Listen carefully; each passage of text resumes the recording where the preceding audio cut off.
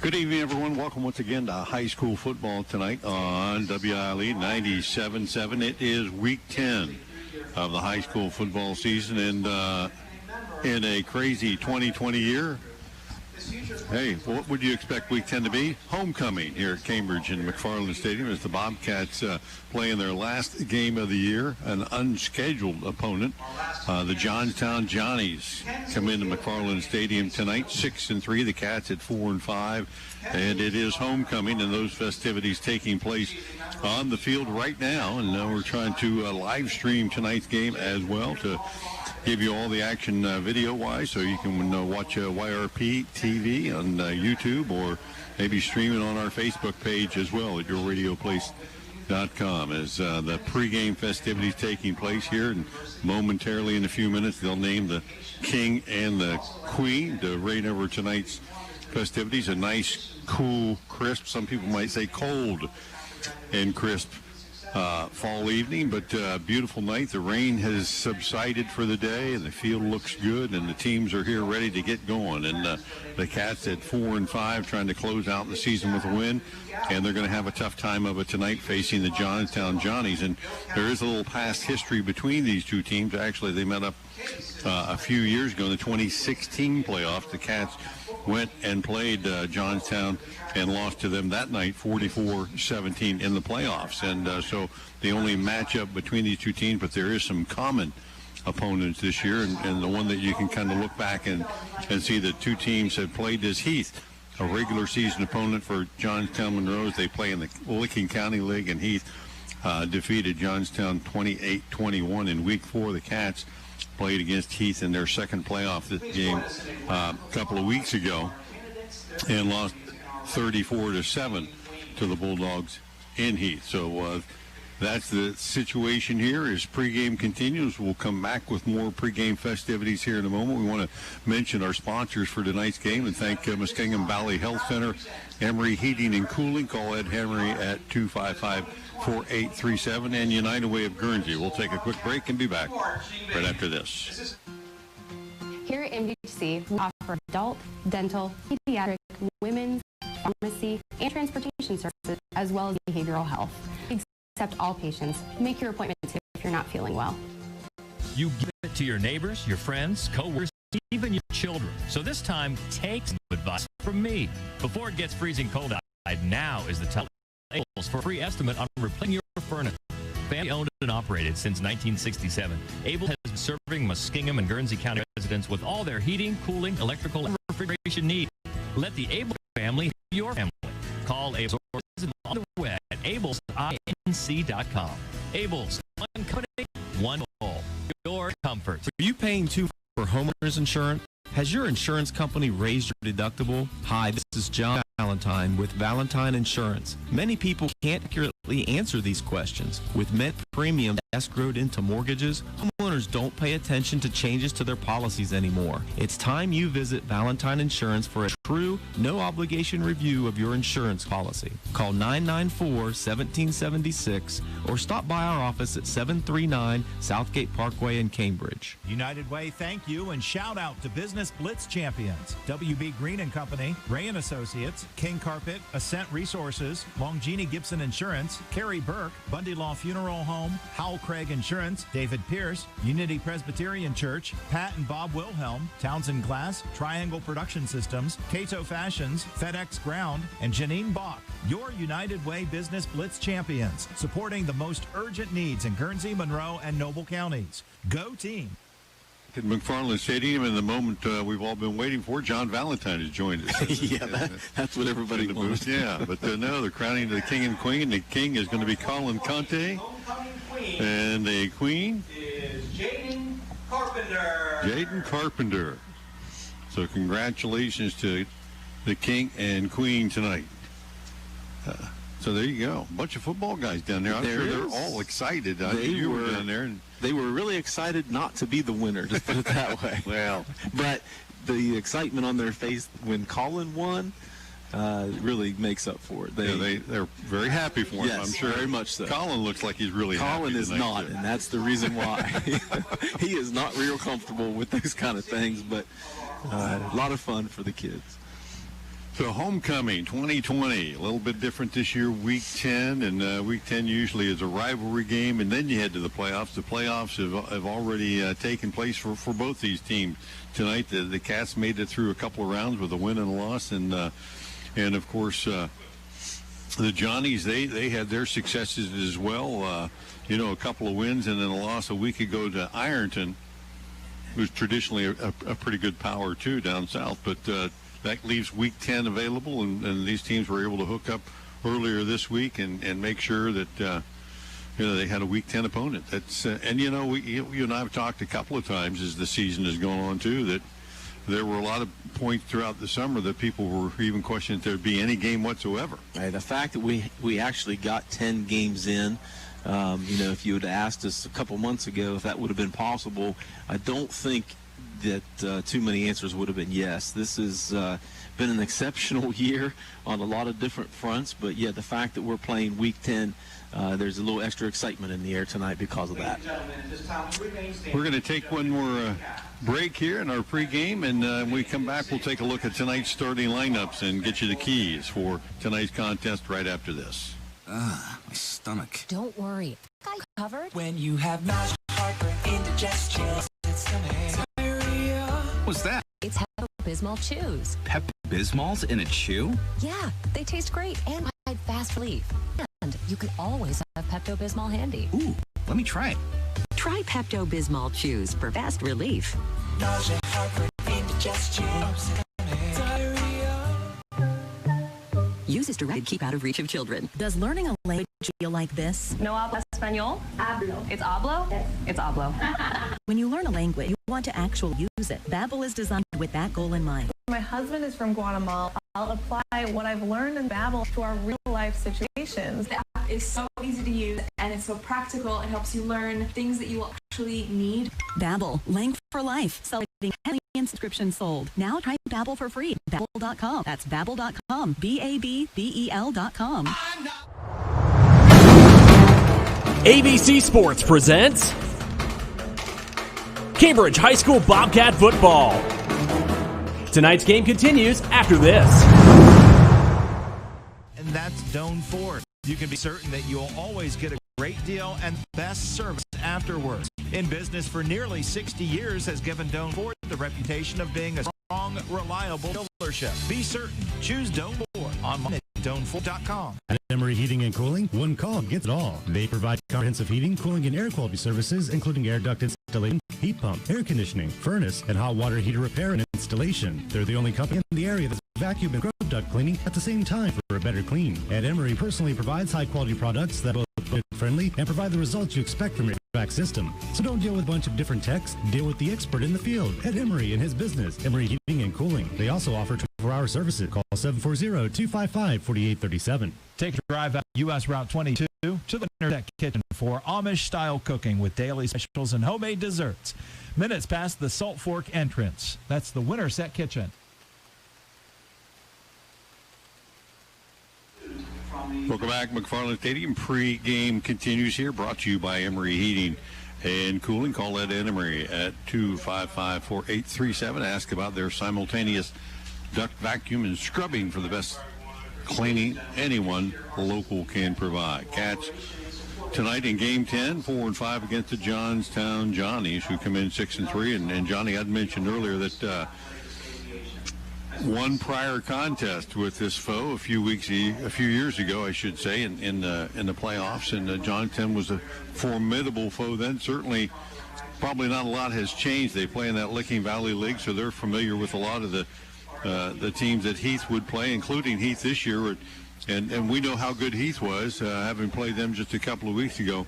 Heath able to eke out a 28-21 win over their rival, the Johnnies, in Week 4. So tonight, this, again, could be one of those knockdown contests for the Bobcats that they're going to have to put their A-game on the field. Yeah, they're definitely going to need to bring their A-game. It's going to be real similar to the Heath Bulldogs. They play a very similar style of play, very run-heavy. They always have been. and should give us a really similar look to what Heath did. Now, Johnstown does like to throw the ball a little bit more than Heath does, but with their big guys up front and the success they've had in the running game, I would guess that they'll probably continue to do that tonight. Bobcats coming off a loss a week ago to Marietta on the road, and really a game that, when you think back, came down to the first couple of series of the game for Marietta. The Tigers had some speed on the outside. The Cats didn't adjust to it quickly, and a couple of quick scores later, that's the difference in the ball game, is it ended up 35-21. Cats had opportunities in that game to get back into it, tie it up, and maybe take a lead, but weren't able to get over the hump. Yeah, just kind of spinning our wheels, it seemed like, last week. There wasn't a lot of positive you could have taken out of last week, as you had mentioned, getting off to that slow start defensively, and the offense just kind of sputtered. We had to throw the ball a lot because we were behind, and a punt return for a touchdown called back because of a penalty, would have tied the game up there late or got us within 7 in the fourth. But just a game you want to forget about and be able to move forward. So moving forward with tonight's game, this is week 10. So, basically it's a whole new season. It's a one-game season, your last game ever as a Bobcat for these seniors. So, a little extra incentive. Yeah, we've just been informed that the kickoff is going to be delayed a little bit to make sure that the Johnnies who arrived here late get a chance to kind of get warmed up appropriately. But with that, we have the seniors who've gone to midfield here for the coin toss, which we typically miss. I guess tonight Jimmy John will represent us out there with the coin toss and maybe get the Cats on the right end of the field here. Well, we hope so. It looks like we got all the seniors out there for the coin toss, and Johnnies have won the toss and will defer. So Double Nickel just has to make the right decision here and give us the ball, right? Well, we hope so. That he doesn't make the wrong decision. I defer too. Heck yeah. If you can get away with it, why not? We will take the ball there, so the Cats are going to be on the offensive side first. And we want to remind you our game sponsors tonight, Muskingum Valley Health Center, the United Way of Guernsey, your United Way celebrating student athletes and proudly serving southeastern Ohio since 1946, and Emory Heating and Cooling. Check out Ed Emory at 255-4837. We're going to take another break, and then that'll give us plenty of time to come back and kind of highlight some of the highs of the season here and take a look at tonight's starting lineups right after these messages. My stomach. Don't worry, I've got you covered. When you have nausea, heartburn, indigestion, upset stomach, diarrhea. What's that? It's Pepto-Bismol chews. Pepto-Bismol in a chew? Yeah, they taste great and provide fast relief. And you can always have Pepto-Bismol handy. Ooh, let me try it. Try Pepto-Bismol chews for fast relief. Nausea, heartburn, indigestion, upset stomach, diarrhea. Use as directed. Keep out of reach of children. Does learning a language feel like this? No habla español? Hablo. It's hablo? Yes. It's hablo. You learn a language, you want to actually use it. Babbel is designed with that goal in mind. Since my husband is from Guatemala, I'll apply what I've learned in Babbel to our real-life situations. The app is so easy to use and it's so practical. It helps you learn things that you will actually need. Babbel, language for life, celebrating 10 million subscriptions sold. Now try Babbel for free at Babbel.com. That's Babbel.com, Babbel.com. Hiring can be challenging, but ZipRecruiter makes it fast and easy. We talked to Monica Starks, who needed to hire for a pivotal role at her company, GS Group. As the owner of a construction company, finding the right people is a very difficult task. So I use ZipRecruiter. ZipRecruiter's powerful matching technology identifies the right people for your job and actively invites them to apply, which is why you should try ZipRecruiter for free at ZipRecruiter.com/free.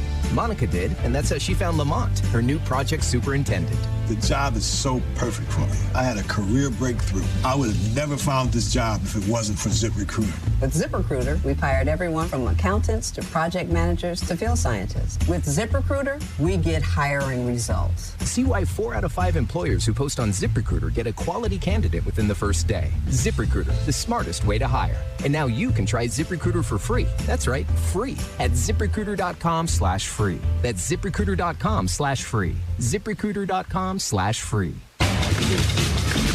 High school football from BBC Sports on WILE-FM, Byesville, Cambridge.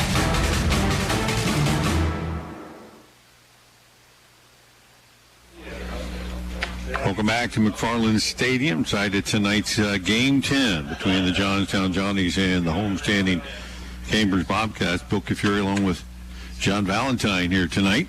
Rick Sabine back on the dials at the station. Cam Summers running the camera and graphics here for our streaming tonight. And again, we're reminded that tonight's game, because of the Johnstown arriving late, is going to be delayed.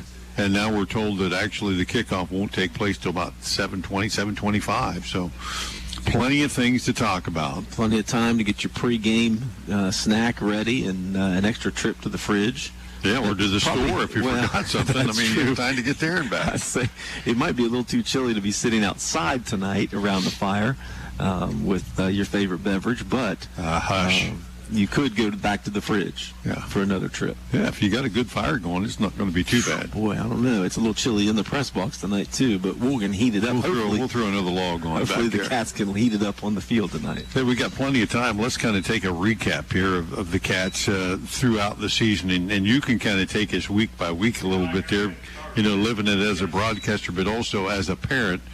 I've had to have the 10-second delay button on you several times this year. That's for sure. When the parent comes out. But let's start out just really with the preseason, when you really at one point there were going to be no scrimmages and games were still kind of questionable. But then the all clear came to really begin full go activities and move forward with football. And even then, the schedule was still kind of somewhat in flux. It was, because really nobody had an idea from this level. Nobody had an idea of how we were going to move forward. But we did feel pretty confident we were going to move forward. Just didn't know how it was going to look. So when OHSAA decided, hey, you know what? We've lost a lot of revenue over the last year because we had to shut down some spring sports and winter state tournaments. Let's go ahead and let everybody into the playoffs this year and give us an opportunity to have a full 10-game schedule, but they ended up switching it around so that we started the playoffs in week 7. So everybody was eligible if they wanted to join the playoffs. And for a lot of schools, it was their first trip ever to the Ohio High School Athletic Association state football playoffs. Yep. So something they can hang the banner in the gymnasium. So, yeah, the schedule, once we had it come out, of course, again, as our listeners know, once you're eliminated from the playoffs, you kind of have to scramble a little bit and find some remaining opponents to be able to put together a final 10-game schedule, which is what we have tonight, which is what we did last week with Marietta, and tonight we are with Johnstown as well. Johnstown was eliminated from the playoffs last week, so they were available, and it seems to be a pretty good fit for us. Well, and even the first 6 games, as teams started to scramble, are we going to be able to play any non-league foes? Are we going to just play league foes? Are we going to, who are you going to play and what order is that going to be? And it almost left teams to reschedule everybody quickly, right, and make sure that you had home games and away games, and that you were still doing that. And the Cats had to make adjustments here too, and ended up playing some non-traditional teams like Lima Central Catholic, that typically most people in this part of the state didn't have any idea who they were. Lima what? Yeah. No, it was definitely different. Once they announced that they were going with basically a 6-game regular season, teams were scrambling all over the place. I would not have wanted to be an AD for that week for sure, because there was a lot of scrambling. As you said, a lot of teams wanted to adhere to their league schedules, where we were a little bit different than that because our league didn't have a possibility of 6 games. So we kind of had to sit back and wait and see how everything shook out, and most teams went with their leagues, and so we were able to pick up a couple of unique games like Lima Central, and but we tried to keep most of the teams that we had originally had, which we did. Yeah, the Cats just running down that schedule opened with Indian Creek away, and that kind of maybe piggybacked this, or jump-started the season, if you will. 24-20 win on the road against what traditionally has been a playoff team, and a pretty tough game to open with.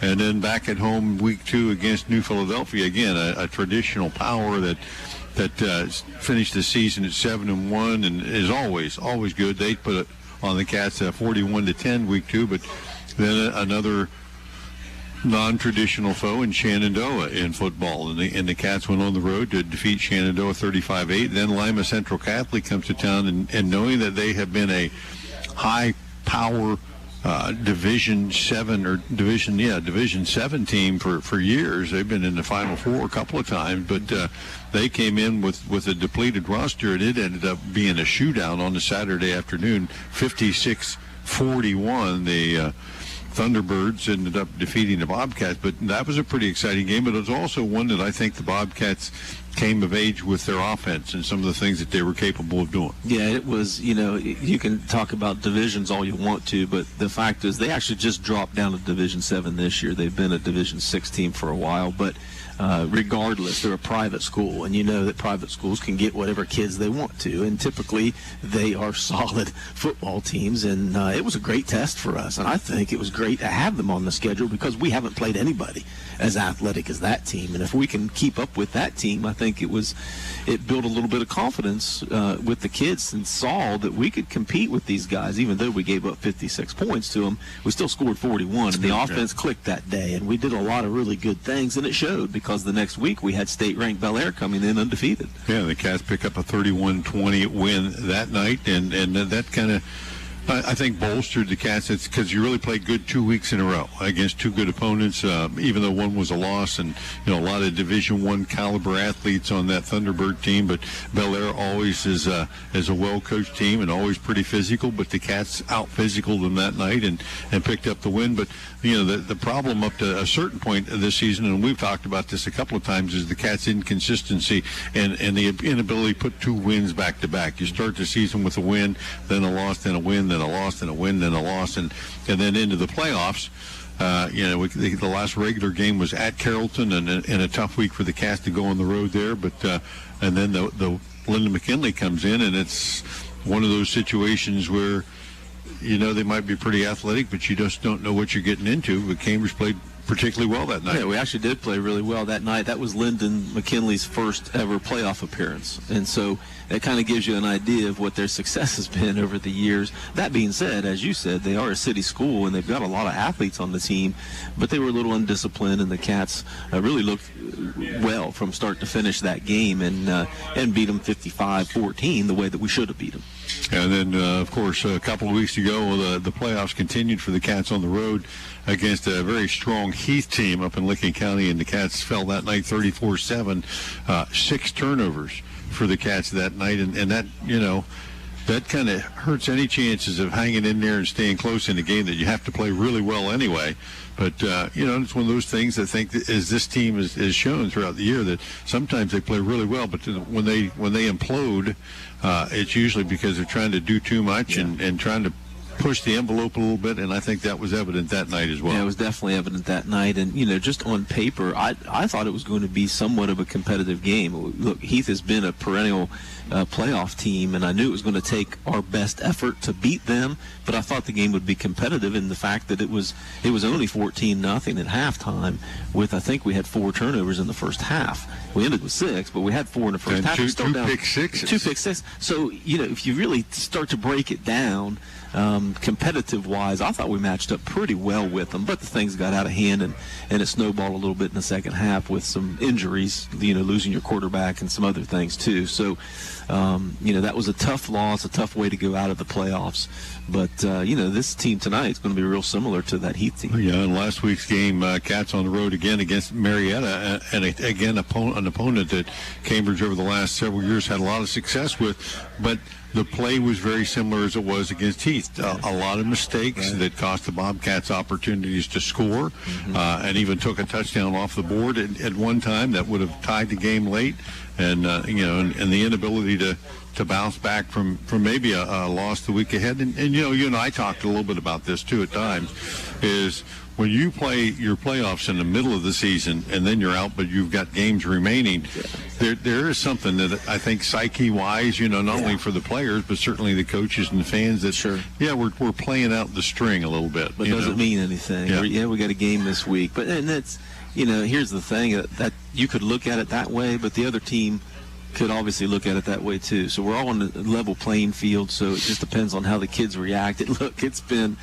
the craziest football season in high school history. And it is, no doubt about it. You have that insider view though, because as a parent, you have two sons playing on the team. One is senior, and tonight playing his last game as a Bobcat on the football field, and so I don't know if there's been any conversation as you guys are looking at film and breaking things down. And you look at last week, you learn from that, and you look at your opponent this week, but you just have conversations and talk about, are you prepared? Are you mentally ready? Are we physically ready? And what does this game mean to you? And as a former Cat, you and I both look back at some of the games that you can remember. Sure. And maybe a lot of times that last game is the one you remember the most. Well, and if you ask my wife, she loves hearing all the stories, right? Because I don't forget a play, let alone a game. So I feel her in on a lot of stuff. Milk when you're supposed to bring home milk. Look, it's all priorities. It's always what's important. But you have those conversations, and that's part of being a parent, right? You got to be able to have those kind of conversations with your kids and find out what their mental their makeup is and what they're thinking about this week and what the game plan is. Being a former player and a coach and those kind of things, I'm asking maybe a little bit more detailed questions than some others. What you read on this play, what you're reading. Right. Why in the world is this? Why don't you kick that ball out of bounds? Right. We've had those conversations, but watching film with Dad is a little different when it's me. But that's good. That's how the kids learn, and to help. I'm certainly not going to step on anybody's toes and try to tell the kids what to do, but to have somebody be able to break down individual films on an individual play, every single play, to be able to help the kids along really helps, I think. And it's been an interesting season, again, from beginning to end, and I'm glad that I was along the ride to be able to be here with you guys, let alone, to enjoy another senior season. This is our third one already, so third time through this. It goes fast, though. It does go really fast, man. It's been a lot of fun. There's no doubt. We've had great experiences as Bobcats, and hopefully we can end it tonight with another great experience. It just seems like those first two boys graduated last year. Yeah, well, it really wasn't that long ago. I mean, at one time we had senior, junior, freshman when Brock was a freshman, so that was a really neat experience, and I know Mobo has experienced that as well, having all three of your kids on the field at the same time. There can't be too many people that can say that. Nobody was crazy enough to have that many kids, right? That would be your first point right there. Right. And that's good. And, the other thing is tonight is homecoming, and that's kind of an unusual homecoming at week 10, but the chance that you get it, and just all the excitement of the week around homecoming, and it just happened to culminate this year and end that the way it should be on Halloween. So again, can you ask for a better script, right? I mean, the craziest football season we've ever had, and then to have homecoming, the last game of the season, not playing a rival, freezing outside for homecoming, and it's a full moon, and it's Halloween. So who knows what's going to happen tonight? Who knows? As our pregame continues, brought to you by Emory Heating and Cooling. We're going to take another timeout. We're getting closer to that kickoff point, so hang in there with us. We'll be back, and we will take a look at the starting lineups when we return right after these messages. How can you select from insurance companies offering you lizards or ducks? When it comes to protection for your home and auto, you want a company that provides quality insurance products and personalized, fair, friendly claims service. WB Green Insurance represents Westfield Insurance. Their reputation is based on sharing knowledge and building trust. Westfield has been around the neighborhood over 150 years. WB Green Insurance welcomes the opportunity to quote your home, car, and business insurance. Don't be fooled by lizards and ducks. Call 439-1329. Here at MVHC, we offer adult, dental, pediatric, women's, pharmacy, and transportation services, as well as behavioral health. We accept all patients. Make your appointment today if you're not feeling well. I was sitting in my car, and it wouldn't start. I lifted the hood, and the engine was falling apart. What would I do? My eyes filled with tears. Then on the radio, I heard of West 40 by Pay here, where for a little money down and a little each week, I could have a car, nice, shiny, and sleek. So I walked in the door, and I put the money down. Now I got a nice car that I can drive around. West 40 by Pay here will help rebuild your credit. The corner of Dewey and Route 40 in Cambridge, don't you forget it. West 40 Auto Sales, corner of Route 40 and Dewey Avenue in Cambridge, is home of the guaranteed credit approval, with most loans approved while you wait. Go to their website to fill out an online loan application, west40autosales.com. You'll also find their weekly special listed there. At Emory Heating and Cooling, one call gets it all. They provide comprehensive heating, cooling, and air quality services, including air duct installation, heat pump, air conditioning, furnace, and hot water heater repair and installation. They're the only company in the area that has vacuum and scrub duct cleaning at the same time for a better clean. At Emory personally provides high-quality products that are both budget-friendly and provide the results you expect from your HVAC system. So don't deal with a bunch of different techs. Deal with the expert in the field at Emory and his business, Emory Heating and Cooling. They also offer 24-hour services. Call 740-255-4837. Back, McFarland Stadium pregame continues tonight on our Emory Heating and Cooling pregame show. I want to thank Ed Emory, and you can thank him too. Call him at 255-4837 and tell him you heard his ad right here on WLE tonight, sponsoring the game along with Muskingum Valley Health Center United Way of Guernsey. As we take a look tonight at our starting lineups, it is homecoming, and again, we want to thank the royalty tonight, number 75. Colin Conte, the homecoming king. And Big Colin, he big was king. Thrilled, although he didn't shed a tear from what I could tell up here. No. And Jaden Carpenter, she was thrilled as well. And we congratulate both of them and hope they enjoy their time tonight. And let's hope the Cats can too. They're going to start with the ball tonight.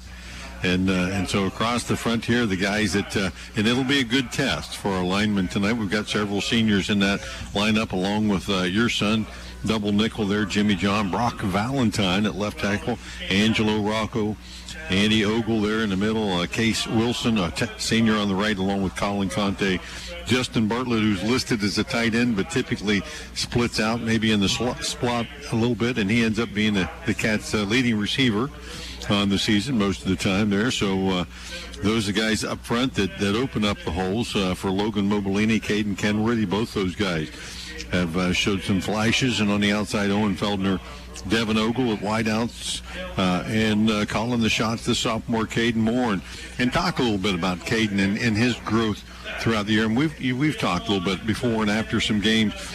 An intensely competitive young man, just a sophomore, who's gotten better as the season goes on, but just when he thinks he's ready to take it to that next level, he'll have a setback, and that's typically because he's trying to do too much sometimes. Well, yeah, as you had said, the mental game of football certainly plays on you, and especially as a sophomore too. So, having a lot of successes early in the season and everybody telling you how great you are and how many pizzas did we give the poor kid, right?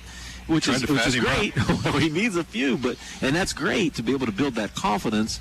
But it could also have the reverse effect and somewhat put a lot of pressure on a kid and make him think that he has to make some extra plays along the way. And I'm not saying that that's what Caden's doing. My personal opinion is I think that's what he's doing, because you could kind of see it in his play a little bit, and that's not taking anything away from him. But I think what he needs to be able to do is just take a step back, and I'm sure the coaching staff has had this conversation with him. Take a step back.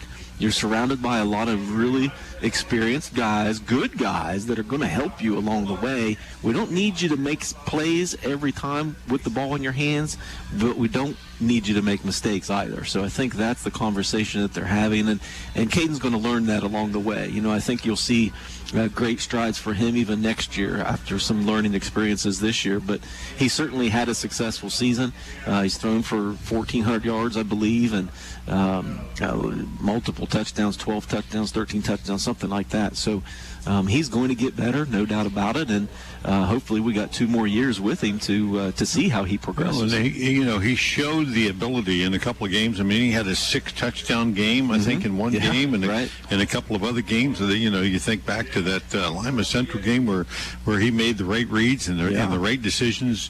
Took control of that game. Took control of that game, and so just as a sophomore to be able to do some of those things, knowing that he's got 2 more years to grow and develop and get stronger physically. He hasn't even come close to maturing as an athlete yet, so he can do nothing but get better, both on the physical side of it and the mental side as well. I think so, and it'll be interesting to see how Coach Leak can get him to progress along those lines. Well, and if you're a young receiver, on this Cambridge team. Which is all we have. Yeah, you got to be thinking, hey, I've got a guy that can get the ball to me. He's pretty accurate. That should be your best friend for the next couple of years. I got to run every pattern like I'm going to be open because he's going to get it to me. And he does spread the ball around. I mean, he's certainly not going to have eyes on one guy. He has spread the ball around a lot this year. I mean, Whaley and Kenworthy and Bartlett all have a lot of catches on the season, and they're all relatively close to each other with catches and yards. So he's been able to throw the ball around a little bit. But yeah, we're young at the receiver. Heck, Devin Ogle started last year. He's a freshman. We've had sophomores starting all year in the receiving corps. We have a lot of sophomores and a lot of freshmen that on that receiving side. So, moving forward. Again, I think I'd be best buddies with Caden for the next couple of years. Well, yeah, you'd be heading over to Pinefield and getting some summer routes in there a little bit. But and probably the one area that the Cats, one of the strengths certainly at the beginning of the season, and has been throughout the season, has been the line play. Having a lot of seniors up front that. Even though there's a couple of young kids mixed in here or there, those seniors have kind of taken them under their wing, so to speak, and helped them along, but have solidified the line play a little bit. And coming in, it was kind of a question mark at the beginning of the season, just how good can the line be? Because typically that's how good your team's going to be. Oh, yeah. And it has been it's been a bright spot, but that's going to be something, too. There's a lot of seniors on this team that have to be replaced next year. Yeah, basically three of the starters are seniors and 2 are sophomores. So, and the sophomores, Angelo, last year as a freshman I think he started every game at center last year, and Andy had some reps as well. So even though they're young and sophomores, they still had some experience. But yeah, you're going to have to replace 3 guys next year, and quite frankly, you've seen Hunter Williams in the game a lot this year throughout the game, giving Brock a break or giving Colin a break, and even last week he gave Moose a break for a lot of the second half for sure. So trying to get some of those guys some extra reps so that they are game ready for next year. But yeah, you're going to have to replace 3 solid, big, strong offensive linemen. Well, if you flip it over to the defensive side, that side is even more so prevalent that the Cats have a lot of seniors on that defensive side. As a matter of fact, tonight's front 4, Case Wilson, Brock Valentine, Colin Conte, and Justin Bartlett, all seniors, and backed up by Hayden Burst-Jones, Logan Mobilini, Blake Brumfield at the linebacker spots. Those guys are seniors. Roman Jeffrey and Caden Whaley, another couple seniors in the defensive backfield. You only have Owen Feldner and Caden Kenworthy that are going to be returning there. So you're going to have to fill a lot of spots with some young kids there. And, if you're Coach Leak and the coaching staff, and we talked a little about this last year, when do you start getting some of those young kids mixed in and get to see a little bit more? And we started to see some of that a week ago, and probably we'll see some tonight as well. Yeah, we saw a lot of it last week, and that's certainly no excuse for losing to Marietta. But, we did have a lot of young guys getting some reps in. And as a coach, it's a delicate balance, man. It's hard to you want, especially a brand new coach coming in, you have no relationships with these kids. You have to build them. But, the senior class has been around for 4 years, and they've dedicated themselves, and they've taken a lot of bumps and bruises along the way to finally get their shot, right? Their senior year. And so, you want to honor that, but at the same time, you have to be prepared to replace them. It's a very delicate balance in tonight. And as the season goes, it gets even more difficult if you don't get those young guys in spots, right? That's why you see a lot of younger guys playing special teams throughout the season to be able to get them some game time reps. Tonight, I would guess you're going to honor your seniors as long as you can, as often as you can, and some seniors maybe that don't play a lot. We'll probably see the field tonight as well. But at the same time, we got to get some of those other guys, those younger guys. We're going to be replacing a lot of starters moving forward. So I think you'll see a little mix of both tonight. Pregame winding down here. Both teams have made their way back out on the field. The opening kickoff just moments away. We'll take one more break, refresh that drink, get the popcorn hot. We'll be back right after this. When it's game night, let Papa John's Pizza on Southgate Parkway feed your team after the game. Hey, this is Shannon. You can create your pizza with all your favorite toppings or pick one of our specialty pizzas like the Super Hawaiian, the Philly Cheesesteak, the Works, or the Fiery Buffalo Chicken. Don't forget we also have chicken poppers, wings, breadsticks, and cheese sticks too. Call 740-439-PAPA. That's 439-7272 or order from your phone at papajohns.com. What is a cooperative? A cooperative like Guernsey Muskingum Electric is your local rural electric provider. The owners are not investors on Wall Street. They are actual members using the electricity. Decisions are made by local directors who know, listen, and care about their neighbors. A cooperative is not driven by profit or stock prices. Instead, they are driven by providing safe, reliable electricity at a reasonable price. That's the cooperative difference. Guernsey Muskingum Electric, your touchstone energy cooperative. It's the ABC Sports High School Football Scoreboard. I'm Bill Arnett. Games underway in scores for you. Zanesville leading Tri-Valley 7-0 thanks to a 79-yard TD run for the Blue Devils. 7-0 Zanesville. Maysville also leading West Muskingum 7-0 in the first quarter. And it's Rosecrans over Bellsville 6-0. Other games around the area. Playoff action, Sheridan at Hartley. Other games, Buckeye Trail is hosting Caldwell. Cambridge hosting Johnstown. John Glenn on the road at Indian Valley. Philo playing host to Logan Elm.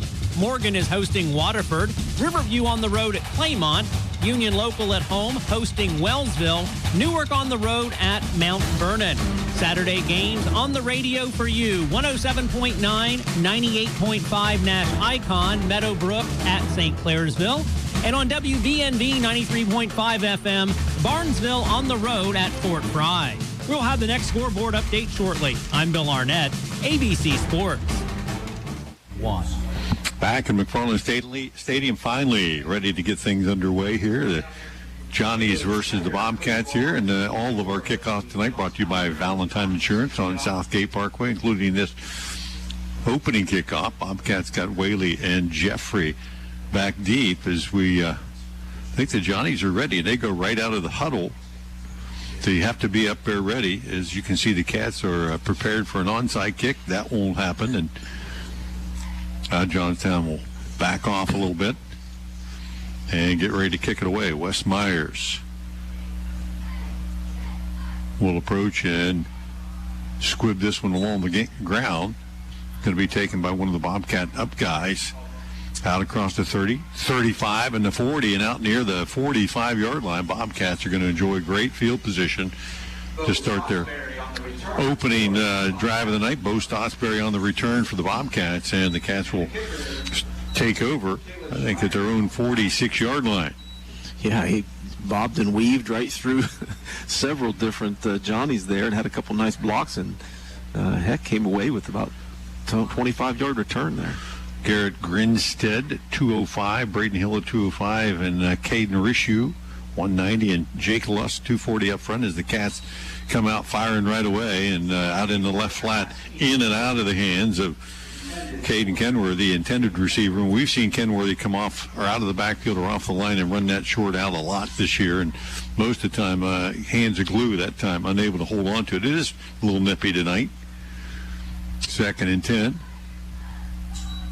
Back to pass again, out in the flat, and completed this time. The Cats will find Devin Ogle. And we saw Ogle a little bit last week with a couple of nice gains, and that one a short one, but he turned it into a first down. Yeah, basically same play again. It was wide open. Why not go back to it?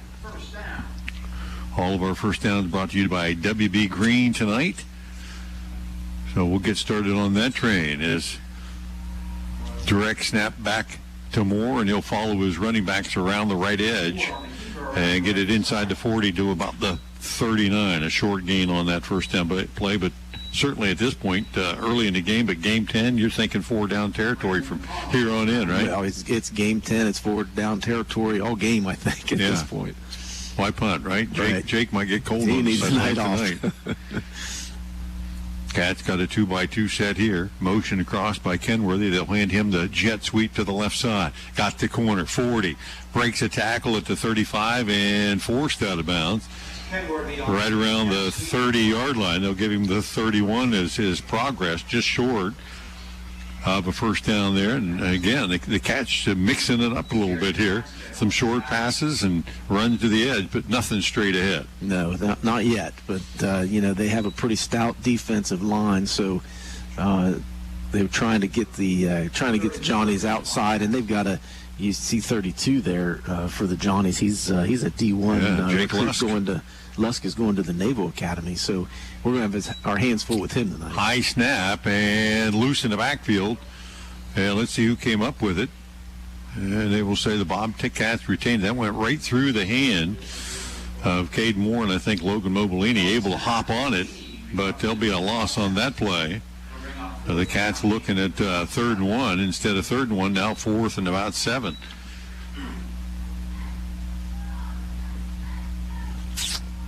A 1-by-3 set as Moore rolls to his right, looks down the field, and this will be a short punt. It's going to hit around the 20-yard line, take a Bobcat bounce, and inside the 15 where the Cats will down it. And we saw the Cats do that a lot last week as the official threw a flag there. And I think on Bartlett, who actually downed it. He did. He pushed the receiver, was pushing the receiver out of the way, not into the ball, but calling a personal foul on that seems a little goofy to me. Yeah. One of those ones where you could not throw a flag and nobody'd know anything different. Right. So the Johnnies will take over 10-24. Cats unable to take advantage of that good field position, and they'll be, let's see where they'll mark this after the penalty to actually get them out of a hole. Well, they'll mark it at the 22. It's just a 5-yard penalty? Yeah, it looked like. I didn't see the actual signal to see what it was. And you'll see this a lot, too, from the Johnnies. They like to run up to the line real quick and try to catch you off guard. Jake Saar, the quarterback. And he'll go under center. Behind him, Jaden Jacobs and Wes Myers. And a handoff to the I-back. That's going to be Myers off the left side, stacked up by the Bobcats at the point of attack. And take your pick. There's a lot of blue jerseys on the stop that time. Just a short gain of 2. And it'll be 2nd and 8. 2nd and 8 at the 25-yard line. Yeah, the Johnnies like to push the pace. When they get a rhythm going and getting up and going, they'll spread the field, a couple of receivers to the right, actually unbalanced that way, and they'll run the fullback there, actually the keeper by Saar, and he almost popped that thing through. As he rode the fullback into the hole, the Cats converged on that. Saar pulled it out, and if he didn't get tripped up there, there was nobody in the secondary that time to stop him. We were pretty aggressive on trying to come up and stop that run. There was a huge hole there. He just got tripped up. Picked up about 5, 3rd and 3 for the Johnnies from their own 28-yard line. Formation to the left side, couple of tight ends. And back to pass. Saar looks in the flat. Nobody there, trying to get to the edge. Turns it up. Will he get there? No. He's not going to get back to the line of scrimmage. Good defensive play, Blake Brumfield. One of those Bobcat seniors who's kind of in that Swiss Army knife for us all year. Played a lot of positions on both sides of the ball. Came up with a huge play there. And you notice how quickly Johnstown comes on and off the field and how quick they get up to the line. The Cats are going to have to make sure that they're on their game tonight and everybody's in position at the snap. Caleb Schneider on for the punt attempt. Good snap. Steps into it. Long, spiraling kick that's going to drive Whaley back inside the 30. Has to go off his shoulder pads, and then he'll go down and cover it up near the 25-yard line. That was a big punt. About a 40, 45-yard punt that time. Schneider got it all, had the nice spiral action going, and Whaley had to get back and get it, and covers it up. So the Cats, with a 0-0 score, take over again with 8:25 remaining there in the opening period, but not as good a field position this time, and see if the Cats can get that rhythm back that they had in that opening drive. Well, yeah, we moved the ball pretty well on that first drive, and which was kind of surprising with some of that strength that they have up front. We were able to push them around a little bit, but I think that little dump pass over here to the corner is going to keep them honest up front as well. 2-by-1 set for the Cats here as Moore takes the snap, hands it off to Mo Bellini, stacked up right at the line of scrimmage. Bellini on the carry. La Rochelle on the tackle that time, the middle linebacker. And the Cats are going to lose about 3 there. Yeah, it's going to be tough for us to get to the outside like that a lot on those slow developing plays. They're pretty quick. Yeah, La Rochelle that time just shooting a gap from that middle linebacker spot and loss on the play. Back to pass. Moore rolls to his right, flips it out and over the head of his intended receiver. Rushed that one a little bit and tried to get it to Kenworthy. And so the Cats have not been able to execute here in drive number 2 like they did the first time. So now they face 3rd and long.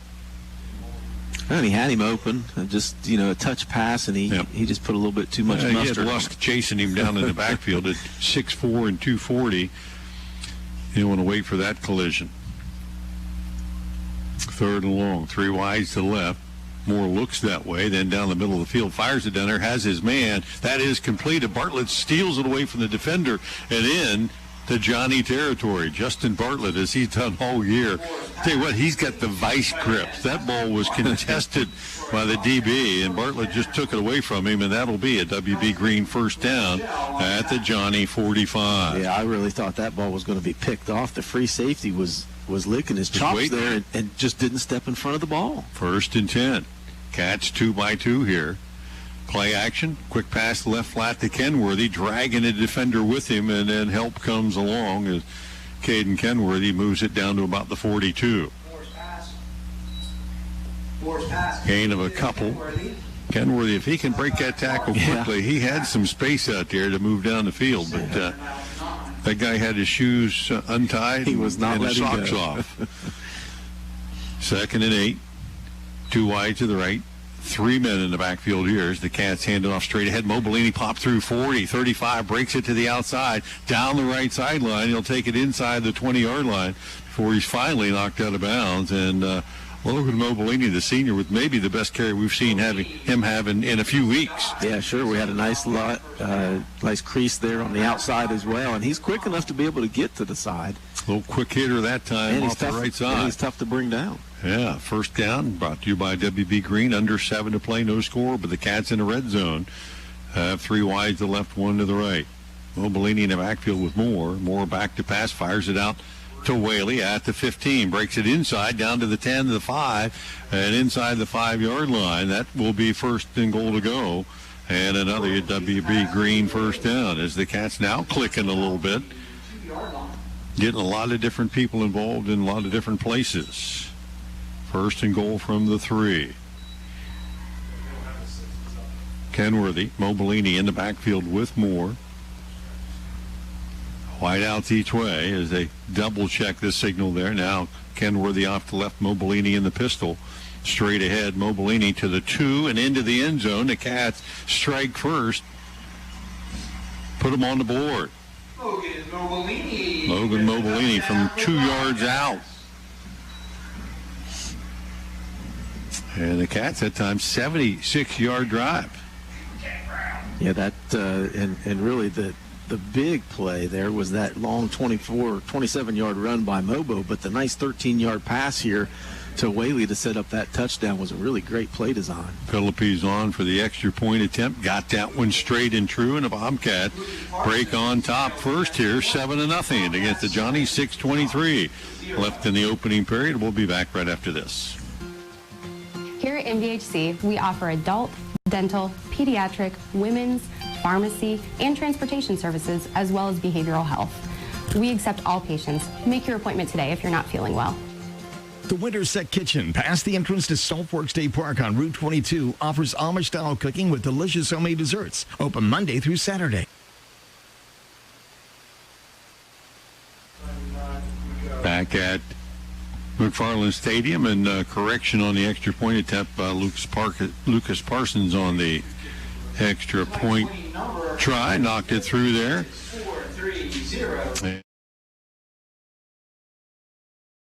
goes to please bring your winning ticket to the press box to collect your winnings. Thank you for participating. And this one will be Theodosopoulos. We saw this. As long as they're both experts, we're in good hands. Experts everywhere. As Theo approaches short, end over end, it's going to go to one of the up backs near the 25 and up the left side across the 35 for Owen Feldner. Pops him down. Looked like that with Dodge Hughes. Brandon McConnell returns it to about the... So 6:18 left here in the opening period. Cats break on top. And, important to get on top early and gain a little bit of momentum. And Cats nearly did it with their opening possession. Yeah, something different. We haven't been able to do that here the last couple of weeks. Bassar brings him out of the eye, hands it off to Myers, the deep back. He'll plow straight ahead. Good movement up front and out across the 40. Myers will take it for about a 5-yard first down pickoff. And that's just man-on-man, straight ahead going there. Yep. The old I formation. You don't see a lot of teams line up and power it like that too much anymore. Johnstown has done it for years. Coach Carter's been, this is his 19th season. He's been pretty darn successful. Cats packed in there tight. And on the keeper to the outside, nice defensive play. Justin Bartlett knifing in there, and he'll take Sarr down for a loss on the play. They could not sustain the block on the defensive end. And as he has done multiple times this year, Justin Bartlett comes up with a big play for the Cats to make it 3rd and 10. Yeah, read the veer there by that guard. He likes to kind of veer down the line instead of pulling. And he read it great and just got right out in front of him. 3 wide split to the left side as Sarr will go out of the shotgun. This time, 3rd and long. Takes the snap, rolling to his left. Trying to get to the edge and forced outside. He'll tuck it and run. And big collision on the outside as Brumfield came up that time, I believe. Or check that, Caden Whaley on the stop. And a big hit between him and Sarr. But Sarr well short of the line to gain. Comes up short by quite a bit. It'll be 4th and 7 and a second punt and as many possessions. And Cats are going to have to back up maybe a little bit deeper this time. Roman Jeffrey back deep and waiting to see if Whaley's going to join him here. He did last time. Now Bartlett will hustle in and be one of the up back. Good snap. Low end over end kick right into the hands of Jeffrey. Gets to the corner, 30.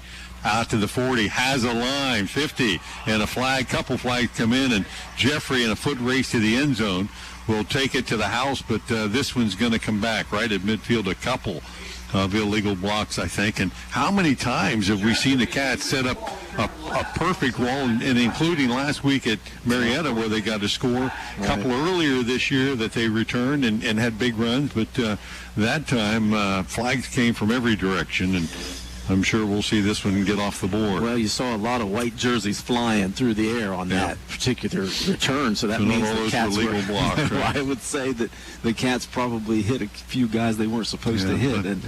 But yeah, you're right. They set up the wall really well along the our side of the field, and you're right. We've been successful with that throughout the season, but it's just a shame when something like that has to be called back. Special teams for the Cats, especially their punt return, has been a highlight of the year. They've had a couple of big ones, including a couple for touchdowns, and there's another off the board. 2 weeks in a row, the Cats have returned one for a TD that was negated, so they'll move this one back, and instead of having real good field position, the Cats are going to start back at their own 29-yard line.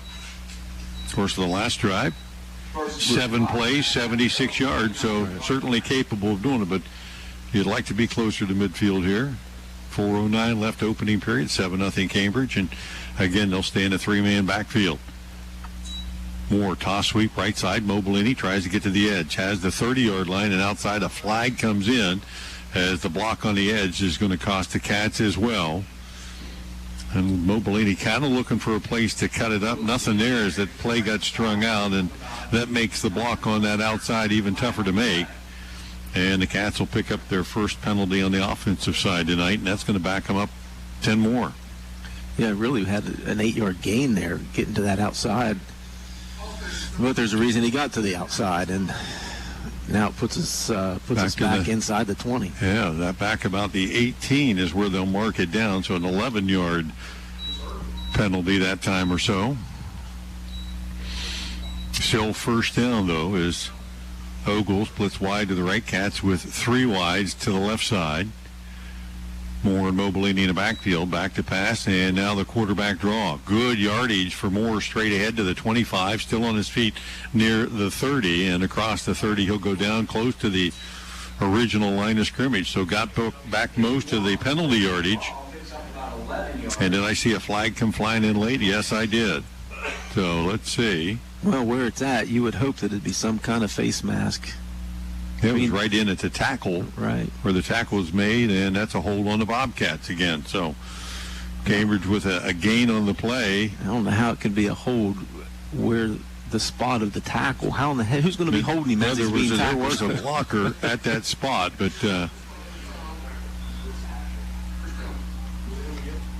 so mark it from the point of the foul back again. So the Cats actually gained a couple of yards on the penalty, but they'll have back-to-back penalties here. On back-to-back big gainers, too. On back-to-back big gainers. So first and about 19.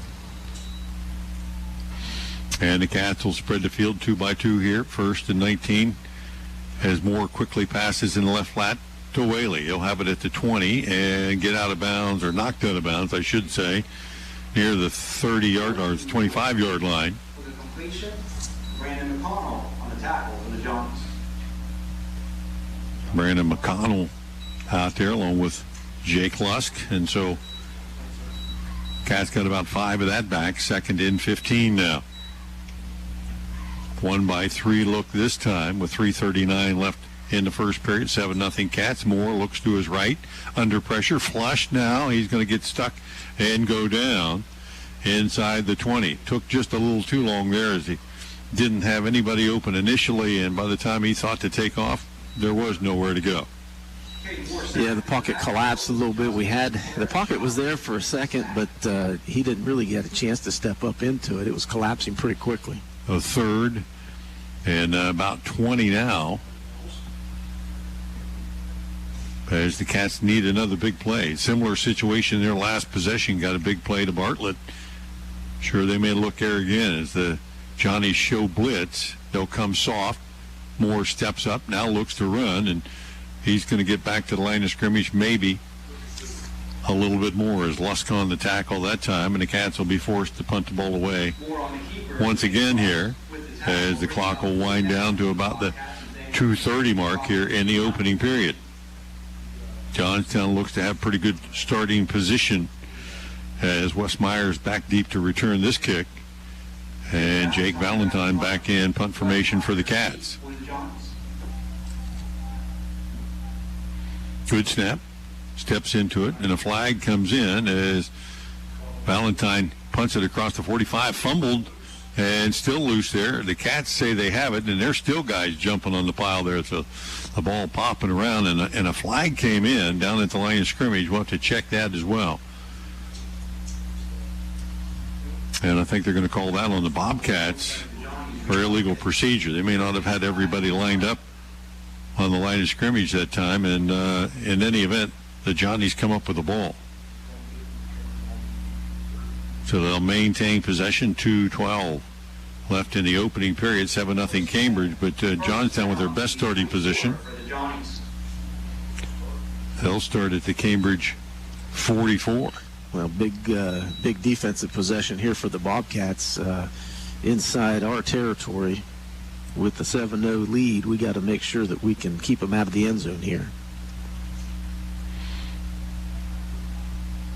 Interesting that the Cats went back to not necessarily even a 4-man front. We're going with a 5-man front this week. You've noticed the team that runs a lot. Yeah, a team that's going to run a lot. But the last couple of weeks we've been running the 3-4 and been giving up a heck of a lot of yardage a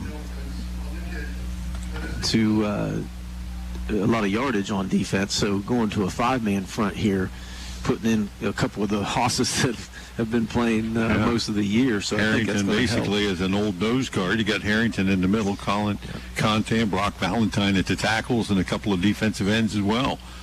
High formation, handoff straight ahead to the fullback. That's Jacobs, pounds it off the left side. A couple of yards gained there near the 42-yard line. Jacobs straight ahead for the Johnnies. Case Wilson on the tackle. Case Wilson for the Bobcats at defensive end. They got 4 seniors and a freshman on that D-line. And the little guy is the freshman. And that's okay. And that's okay. If you're going to, if you got the big guys surrounding you, it might give Sean an opportunity to get single coverage here. Slot left, out of the eye again. Option play down the line. Sarr on the keeper, turns it up, lowers his shoulders, and he runs like somebody looking for danger. He just goes after a defensive back and will pick up the first down inside the 35 to the 33. And that's the first down for the Johnnies tonight. And Joe Sarr, just a junior, but pretty stout at about 165, 170. Yeah, and pretty quick. You saw how once he put his foot in the ground and went forward, he got through that line quickly. 1st and 10. I set again. And a flag came in. Offsides as the Cats lined up in the neutral zone. And Coach Leak on the sidelines throws his arms up in frustration. So the Cats give up an easy 5 here. 1st and 5 for Johnstown Monroe.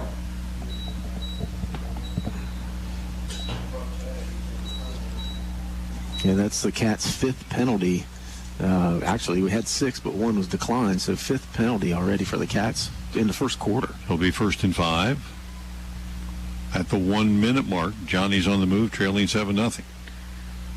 Short eye set, and another flag comes in, and I think we might have got the 5 back this time. It looks like it. And it will be a legal procedure on the offense. Yep, ball start.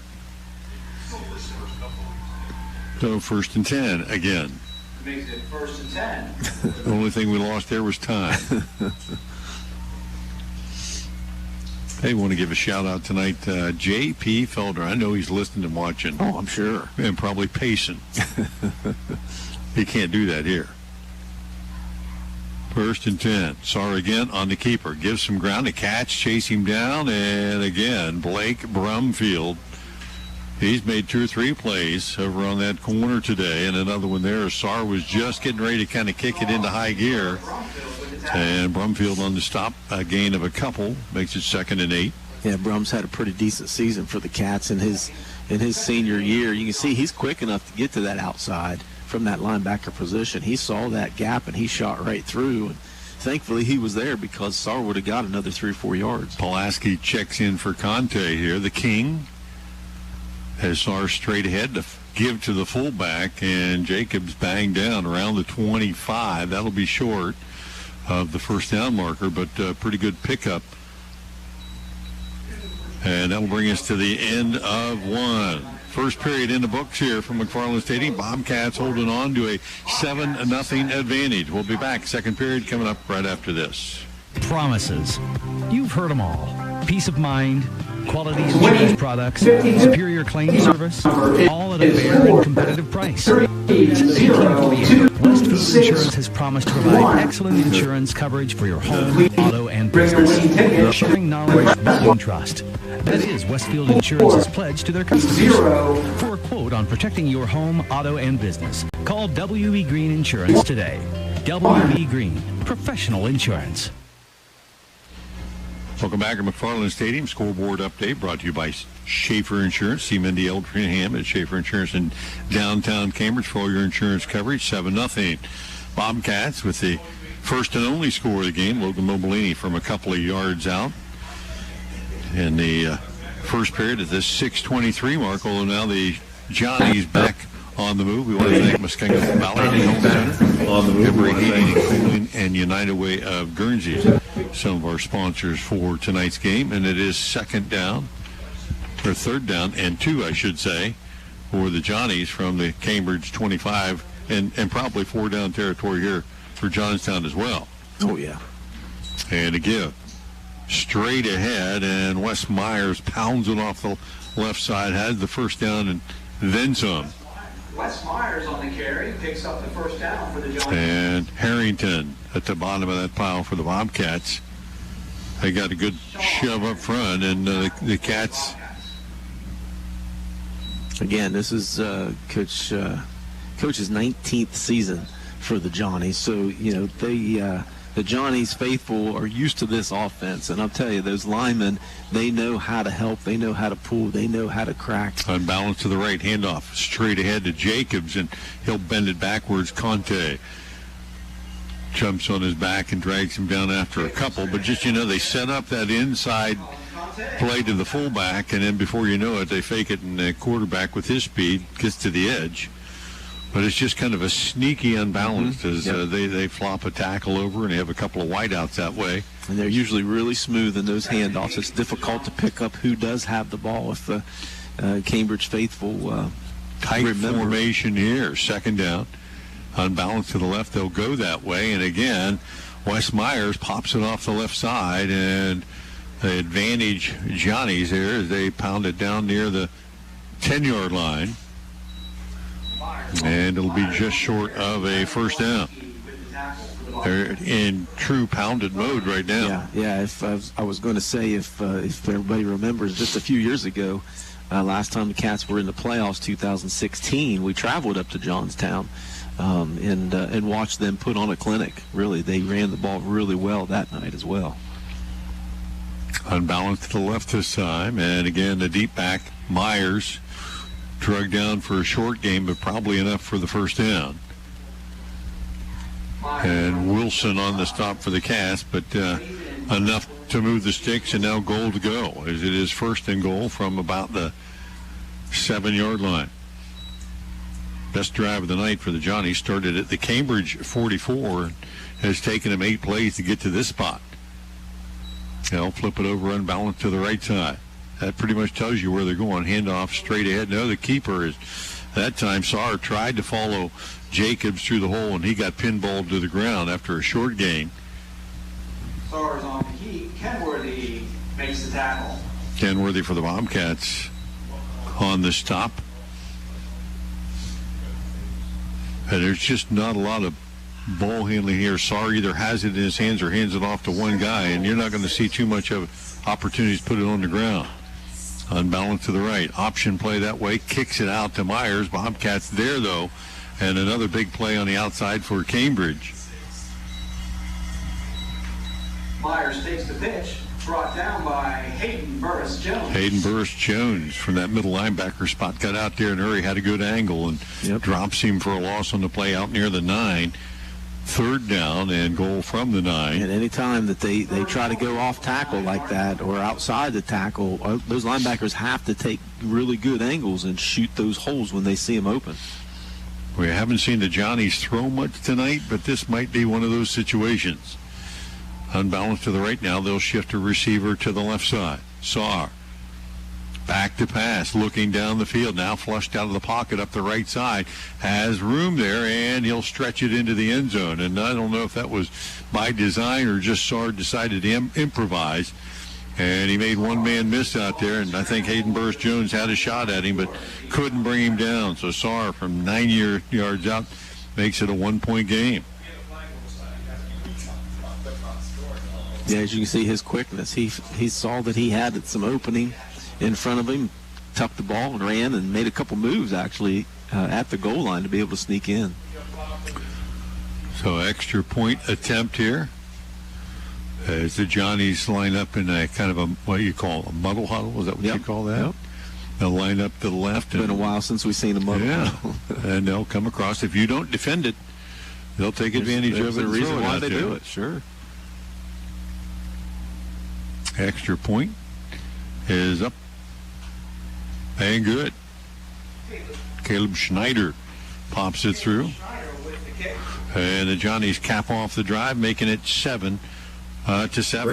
Quick one, and we'll be back right after this. Caleb Schneider with the kick makes it 7-7. Business Blitz champions, WB Green and Company, Ray and Associates, King Carpet, Ascent Resources, Longini Gibson Insurance, Carrie Burke, Bundy Law Funeral Home, Paul Craig Insurance, David Pierce, Unity Presbyterian Church, Pat and Bob Wilhelm, Townsend Glass, Triangle Production Systems, Cato Fashions, FedEx Ground, and Janine Bach. Your United Way Business Blitz champions, supporting the most urgent needs in Guernsey, Monroe, and Noble counties. Go team. High school football from BBC Sports on WILE-FM, Byesville, Cambridge.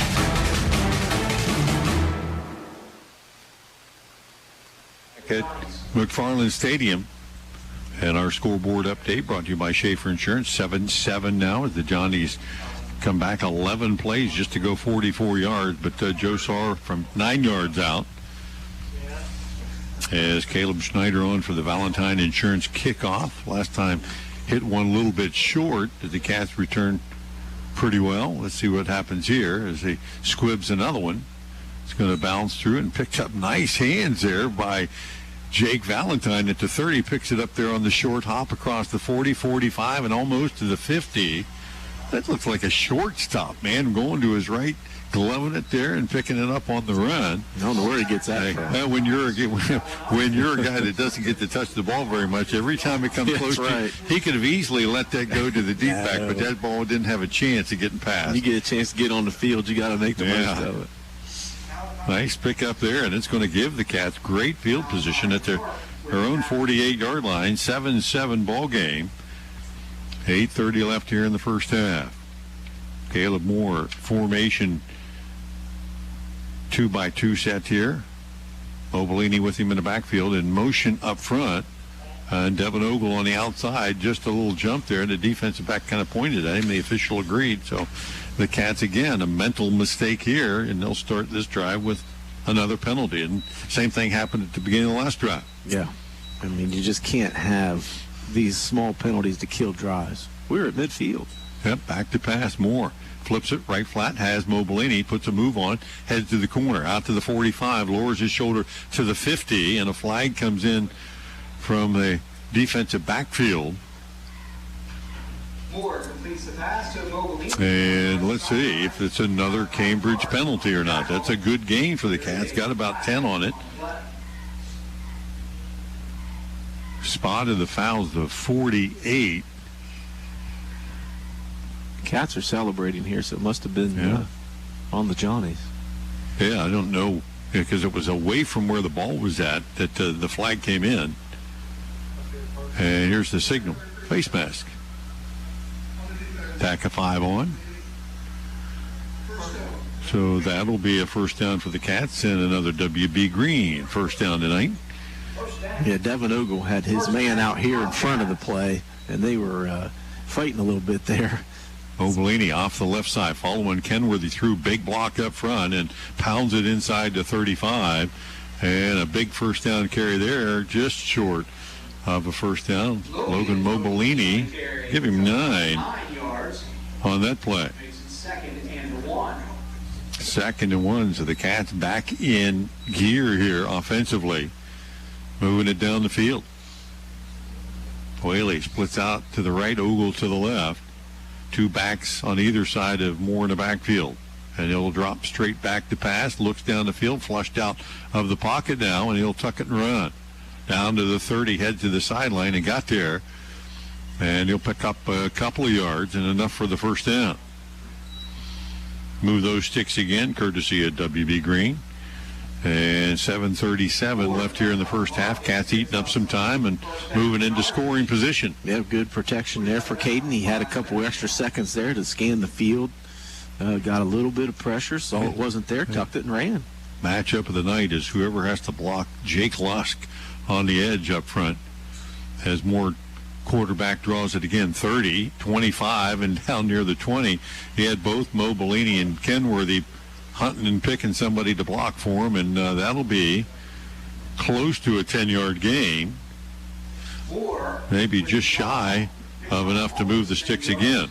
And you see the Johnnies move Lusk around quite a bit, so you can't get used to blocking he's him. Back to the right side, so Jimmy John's got him this time. 2nd and 1. High set in the backfield, Moore on the pitch out, and he threw that one on the ground as he didn't get rid of it until he got grabbed, and Mo Bellini will do well just to cover it up. That's going to cost the Bobcats yardage there. Back a yard away from picking up the first down. Instead, they'll lose yards back to the original line of scrimmage and face 3rd and 10. 4 down territory, but, you'd like to at least have a short line to gain here. Yeah, 2nd and 1, and we're running the option to that side. Just a little you got to run away from I guess. 32. Moore flips it out, and Whaley has it. He'll take it inside the 25 to the 24, and Cats will face 4th down there.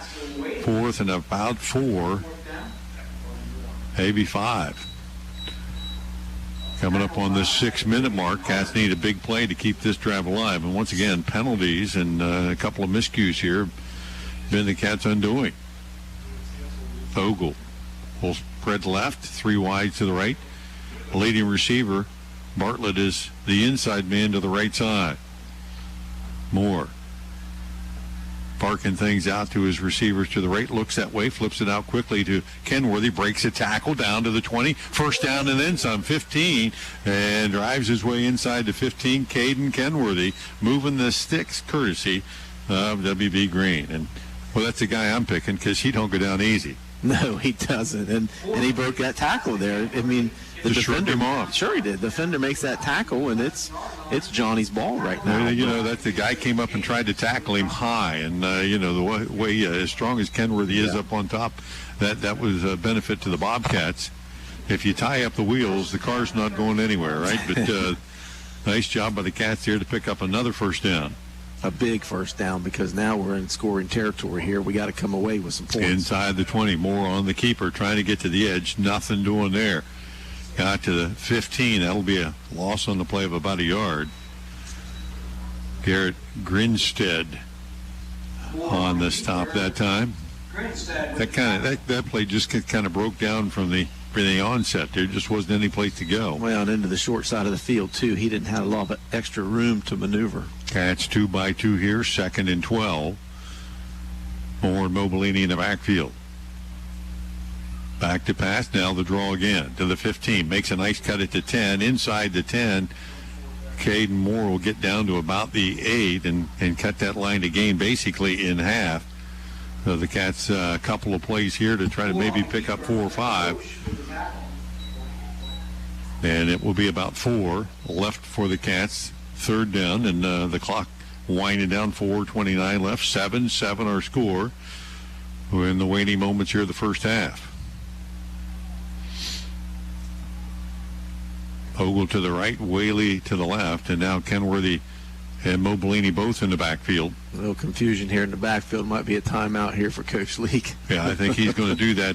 Not the spot you want to make another mental mistake. Definitely not. Coach Leake will take the timeout. We will too. 7-7 our score. Cats driving for the go-ahead here with 4 minutes left in neck after this. Most of us are faced with uncertainty every day. Your job, your finances, sporting events, schooling for your children, and so much more. With so much uncertainty surrounding you, there's one auto dealership that you can be certain about, and that's Doan Ford. You can be certain that you'll always get a great deal and the best service afterwards. In business for nearly 60 years has given Doan Ford the reputation of being a strong, reliable dealership. Be certain. Choose Doan Ford. Online at DoanFord.com. Here at MVHC, we offer adult, dental, pediatric, women's, pharmacy, and transportation services, as well as behavioral health. We accept all patients. Make your appointment today if you're not feeling well. Back at McFarland Stadium, Cats coming off a timeout here to make sure everything is in order. Still got a couple of those left, and they'll spread the field again. Mobilini and Kenworthy bracket Moore, and now Mobilini into the pistol look. And he'll take the handoff left side, straight ahead, picks his way down near the 5-yard line, close to the line to gain, and think he's going to be about a half-yard shy. Cats started this drive with their own 48-yard line with 8:30 left to go to half. We're under 4 to play. And back to the line quickly on 4th and a yard. And Moore this time will take it straight ahead, has the first down and more. Does he get to the end zone? And no call from the officials yet, and they'll stop the clock and unpile them here as the Cats quickly will line up again. First and goal to go, though, for the Cats, and Moore again straight ahead, and this time into the end zone. Moore following Kenworthy and Mobilini. Those guys are cleaning house. Yes, sir. Up in front there as he was untouched that time, and the Cats retake the lead. This time, courtesy of QB Caden Moore. Caden's 12th rush on the night for a TD, and he's finally in the positive here. I got him for 9 yards total. Parsons on for the extra point attempt. Whaley on the hold. 3:36 left to go here in the first half. High snap put down. There is a flag, though, as the kick is up and good. And let's see what the flag is. They're going to say somebody moved on the Bobcat side, so might have to move this back and do that again. Of course, Parsons with plenty of leg. Moving it back isn't necessarily an issue physically, but sometimes mentally you move that thing back and it changes your rhythm a little bit. You try to kick it harder. Sure.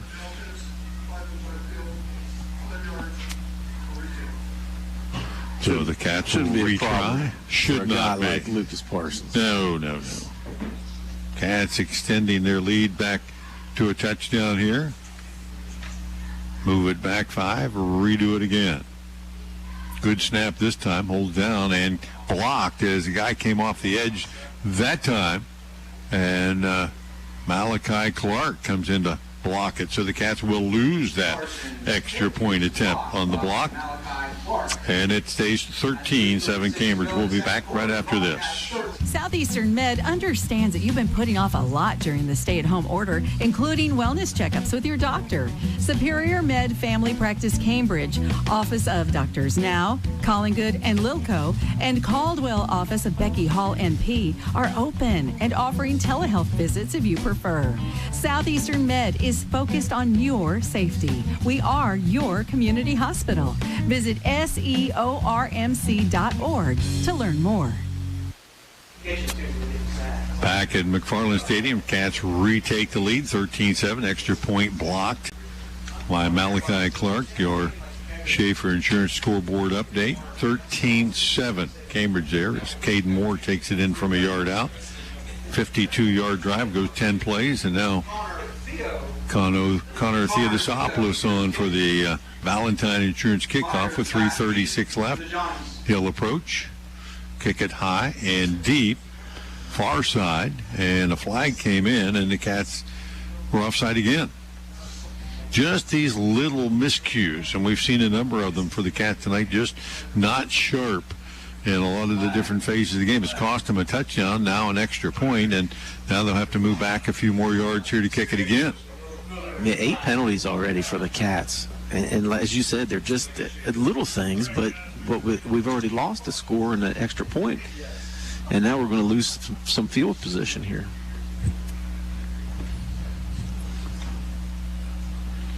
Nathan Sheets, La Rochelle on the far sideline. They were in the vicinity of that last kick. We haven't gotten it deep enough to get to the deep guy, but we'll see what happens here.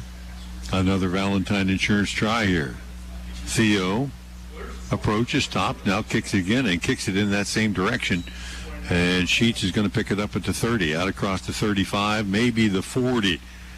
Not a long return there, but the Johnnies with 3:29 left to go in the half trail it by a touchdown now, and the extra point all important, as the Johnnies will have the first possession of the second half. So you know they're thinking double dipping here, trying to get one at the end of the half and start the second half with one. Right. As they start at their own 40-yard line. Saar under center, out of the eye, hands it straight ahead. Wes Myers picks his way against the middle of that defense, and Caden Kenworthy will be first contact defensively after a gain of about 3, maybe 4. Gets the clock in motion. And the Johnnies, you know, they hustle around out there, but they don't show a lot of urgency sometimes in situations like this, looking for a big play. And the Cats have been pretty good tonight about not giving one of those up. Second and long, play action, back to pass. Saar down the middle, threw it right into the hand of Hayden Burris-Jones. And the Cats got the INT. That was like And the flag comes in. A couple of flags come in at the end of that play as Hayden Burst-Jones celebrating. With the interception for the Bobcats. And Cats will have the ball. Let's sort out what the penalty's all about, though. It came in after the play had been made. Well, there were two of them, so hopefully they're offsetting here. Might have been a little tussling going on at the bottom of that pile, right? It definitely was. And personal foul on the Bobcats, and just one signal made. So, yeah, the interception will stand. It was definitely after. It was after the play. The Cats will get it back on the INT. Now 2:49 to go in the half. Now the Bobcats kind of in the catbird seat, leading by a touchdown. Cambridge is going to have the ball. Yeah, I think at their own 35. 36-yard line. Yeah, 36 is where they got it spotted. 36 with 2:49 to go. Cats have two timeouts remaining. So Moore and Mo Bellini will head into the backfield, and they'll spread the field 2 by 2. First and 10, left hash. Moore, quarterback draw, and not much there. Is quickly taken down. Braden Hill on the stop defensively, and a loss of a couple on the play. Cats will hustle back up. 2nd and 12. Moore will look to pass this time. Fire it down the left sideline. Jump ball situation. And Caden Whaley came down with it, I think, and see a flag on the play, so that's going to stand. Actually, better make sure.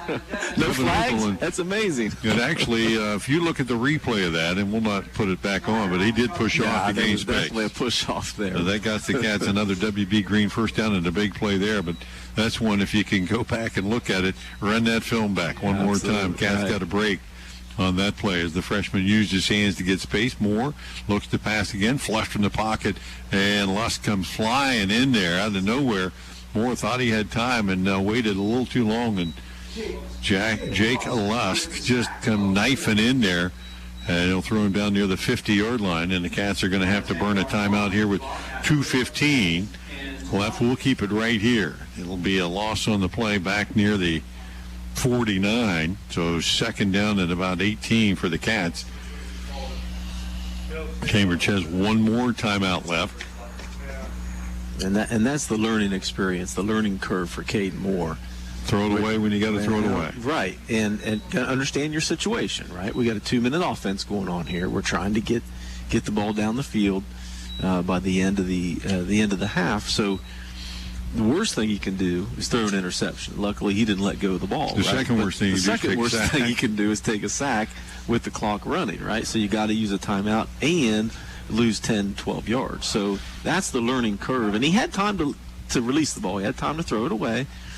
Just that's that maturity level of trying to make too much happen. Well, and he does make plays with his feet. There's no question about that. Sure. But, sometimes you got to know that that's not going to be there.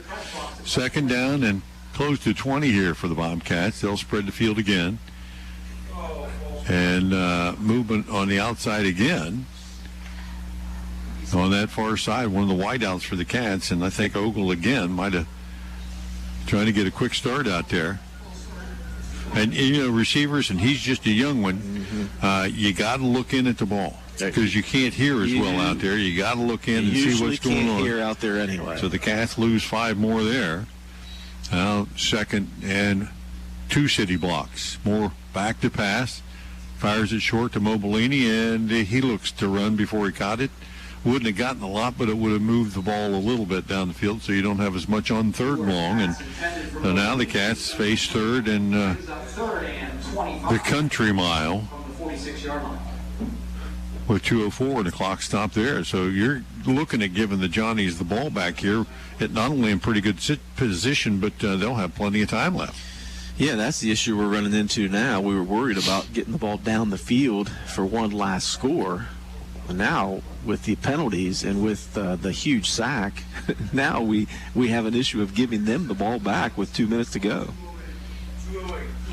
So 2:08 will be placed on the clock here. And the Cats facing 3rd and 25. 2 wides left, 2 to the right. And more Mobilini in the backfield. Takes the snap. Screen play set up to the right side. Mobilini catches it, slides his way past one would-be tackler, 50, down to the 40. Still on his feet near the 35-yard line, and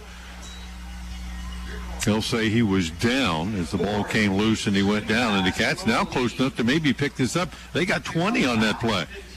So a gain down to the 35, and now you're looking at 4th and 5. You know, not quite 5, maybe a little more than that. Let's call it 6 or so, but the Cats certainly in a makeable situation now. 1:45, and the clock continues to wind down. 3 wides split to the left. Ogle will split out to the right side. Cats get set. And now a flag comes in.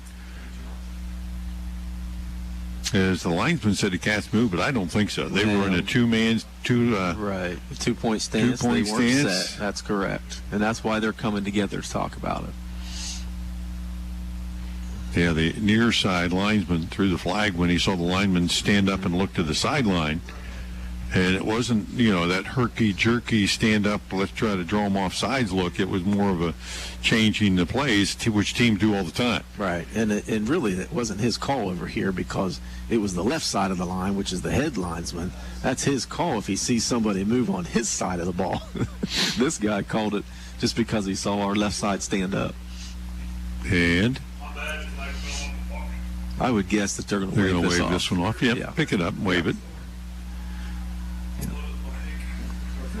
Yeah, Coach Leake giving this guy on this side a little bit of an earful too. Probably rightly so. Yeah, absolutely. And take another 5 yards away from us. 4th down play for the Cats. 1:34 as they wind the clock back into play. And the Cats again will check the sideline for a play call change. Might be a situation where you let a little bit of that clock run down here too. Sure. Moore back to pass, fires it right down the right side, and Ogle there got held as he had the defender beat on the play. Brandon McConnell knew he was beat as Ogle was going to fly past him, and he reached out and grabbed him. And those flags are going to give the Bobcats another first down, I believe, with 1:21 left. Should be another WB Green first down for the Cats. Move the sticks forward, and so facing a 3rd and 25, it looked pretty desperate for the Cats. And a couple of things go your way, and now you're in the red zone. Yeah, now, and with 1:20 to go, and some timeouts in your pocket, so certainly have some time here to be able to push it in. 3 wides to the left. Ogle one-on-one coverage to the right side, and Moore and Mobilini in the backfield. 1:21 left, and the flag came in from the umpire, and that's going to be moving inside. Somebody for the Cats, yep. I think that they pointed at the king, and maybe that guy does not know that he is the homecoming king tonight. He gets one playoff. Gets one of those a game for free. That's right. That'll cost the Cats 5 more, though, 1st and 15. Well, the good news is that doesn't kill you here. No. Johnny's showing blitz on the edge. Moore back to pass. Fires it out to Mobilini, who tried to release and just off his fingers. And Mobo having a tough time squeezing that one. And he looks like he's on skates out there tonight. And I know it rained a little bit, and the field's probably a little bit wet. But I don't see a lot of guys having issues with their footing tonight. I think he was expecting a little bit of contact there on that one. Yeah, I thought he was going to catch it and get popped. I think so. When you're circling back over the middle, now 2nd and 15. Cats again will look to the sideline and the play change. Mobilini will shuffle from the left to the right. Moore will look to his left, fire it in the slot, completed to Bartlett inside the 20, and he'll slide it down to about the 18. So the Cats got about half the yardage they need to move the sticks here. And we'll face 3rd down and about 8. Yeah, the Cats have only gotten it to Bartlett a couple of times tonight, and he's the leading guy that you got to be looking for. Formation into the sideline. Moore looks that way again. stays in the pocket, fires it back to the right side. There's a man wide open. Ogle at the goal line, catches it, takes it in. There was nobody there. You talk about a blown coverage. And just taking his time and having the time in the pocket to look back to his right. And Devin Ogle was just wide open. He was. I don't know what the DB was doing. I was watching the far side of the field and the pressure under the quarterback, but luckily Caden had stepped back towards the middle of the field and just happened to look up, and Devin's doing jumping jacks in the end zone, telling him to throw it to him. Extra point attempt. Parsons there. Good snap. It's down, and it's up and good. Cats getting the 1 point back this time. So 20-7. 43 ticks left here in the first half, and the Bobcats have extended their lead. So the turnover comes back into play, and the Cats lead at 20-7. We'll be back right after this. You give it to your neighbors, your friends, co-workers, even your children. So this time, take some advice from me. Before it gets freezing cold outside, now is the time to call Abels for a free estimate on replacing your furnace. Family owned and operated since 1967, Abels has been serving Muskingum and Guernsey County residents with all their heating, cooling, electrical, and refrigeration needs. Let the Abels family help your family. Call Abels or visit them on the web at abelsinc.com. Abels, one company, one goal. Your comfort. Back at McFarland Stadium, Bobcats extending their lead here, 20-7. Hayden Burris-Jones set the Cats up with the interception, even though a number of penalties kind of worked the Cats back and forth. Devin Ogle on the blown coverage, 18-yard touchdown pass. The Valentine Insurance kickoff, squib right down the middle, going to be one hopped at the 25-yard line and straight ahead. John Niels will bring it out near the 40.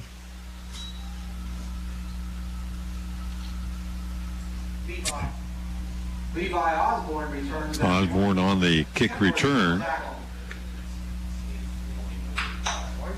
Jake Valentine got up out of the bottom of that pile, you think? Oh, he must have fell down. He jumped on top of Kenworthy. 33 ticks left in the half. Cats with the lead. Johnny's with the ball. They're going to take a shot here. They got a couple, 3 wideouts to the left from their own 40-yard line. Jake Sarr hadn't thrown it a lot. Last one, as a matter of fact, Joe Sarr, the last one he threw was an interception as he's out of the shotgun here. Bobcats have loosened up defensively. And Sarr will catch it and run. Break a tackle at the line of scrimmage, still on his feet around the 45, and the Cats will catch up to him there, and a flag comes in as Sarr was being wrestled to the ground. Oh, and Feldner with the tackle. Feldner came up and got a hat on him. But this could be a face mask as they're looking, kind of looking at the Bobcats and see if they're going to move it that way. 24 left on the first half clock, and well, just speculation. We'd say it was probably a face mask over there with all the blue bodies coming in to clean up the tackle. Johnstown with 3 timeouts remaining.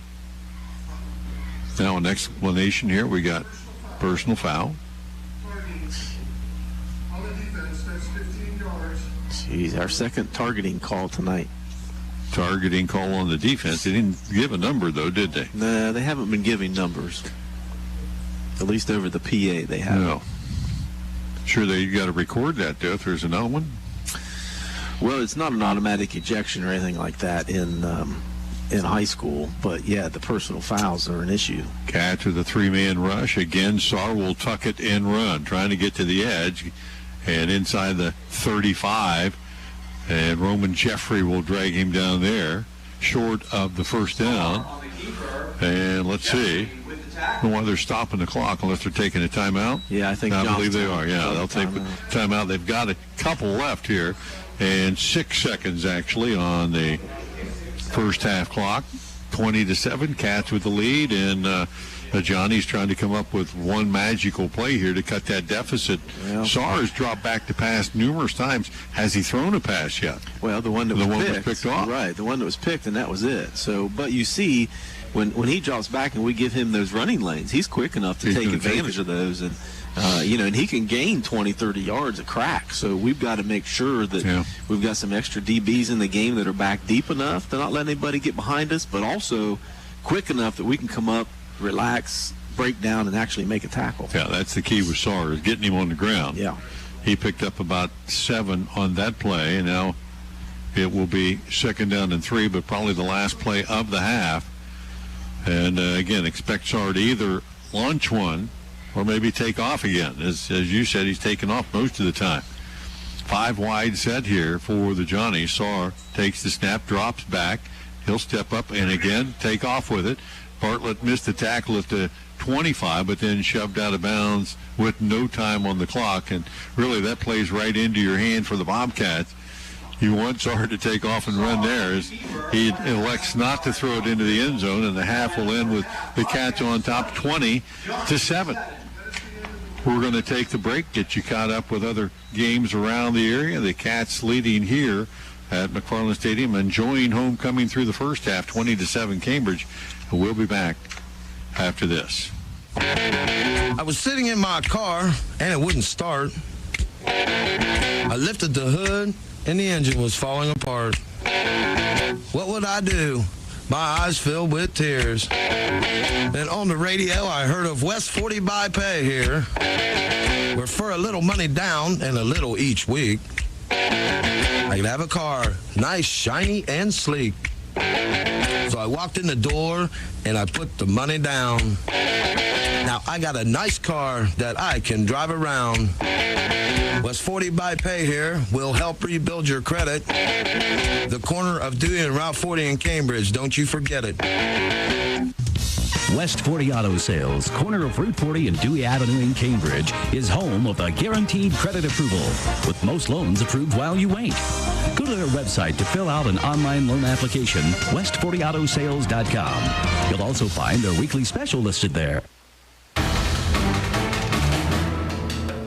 It's the ABC Sports High School Football Scoreboard. I'm Bill Arnett. Many of our games at halftime, some are starting the third, some are lagging behind a little, but we have scores for you. Third quarter, Hartley leading Sheridan 10-6. Tri-Valley and Zanesville at the half from Dresden, 14-7 Dogs. Caldwell shutting out Buckeye Trail in the second quarter, 28-0. Johnstown and Cambridge tied 7-7 in the second quarter. At the half, Maysville leading West Muskingum 21-14. Indian Valley shutting out John Glenn at the half, 14-0.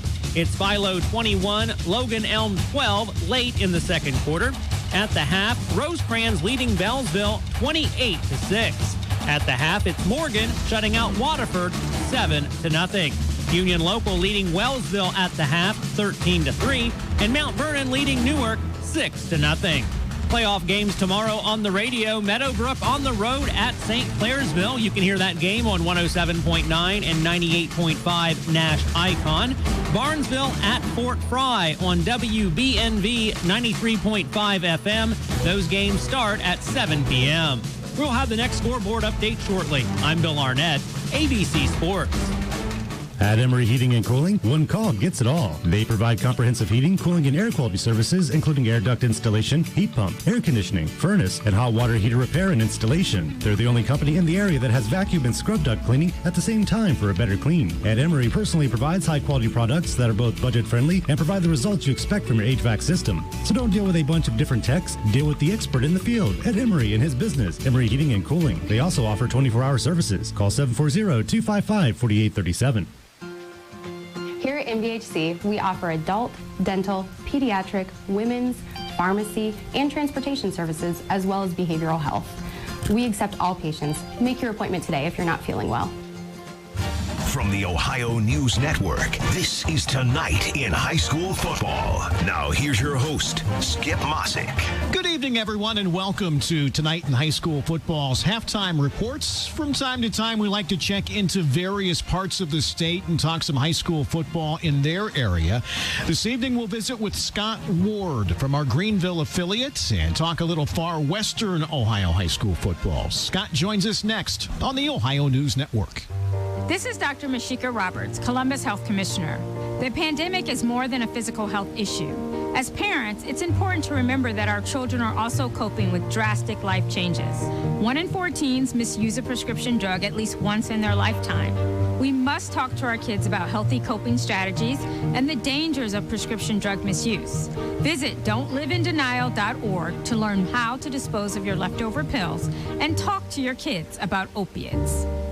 After having been restricted in order to preserve PPE for hospitals, many dental offices are now reopening. That's a good thing because regular dental care ensures that we have good oral health and good overall health.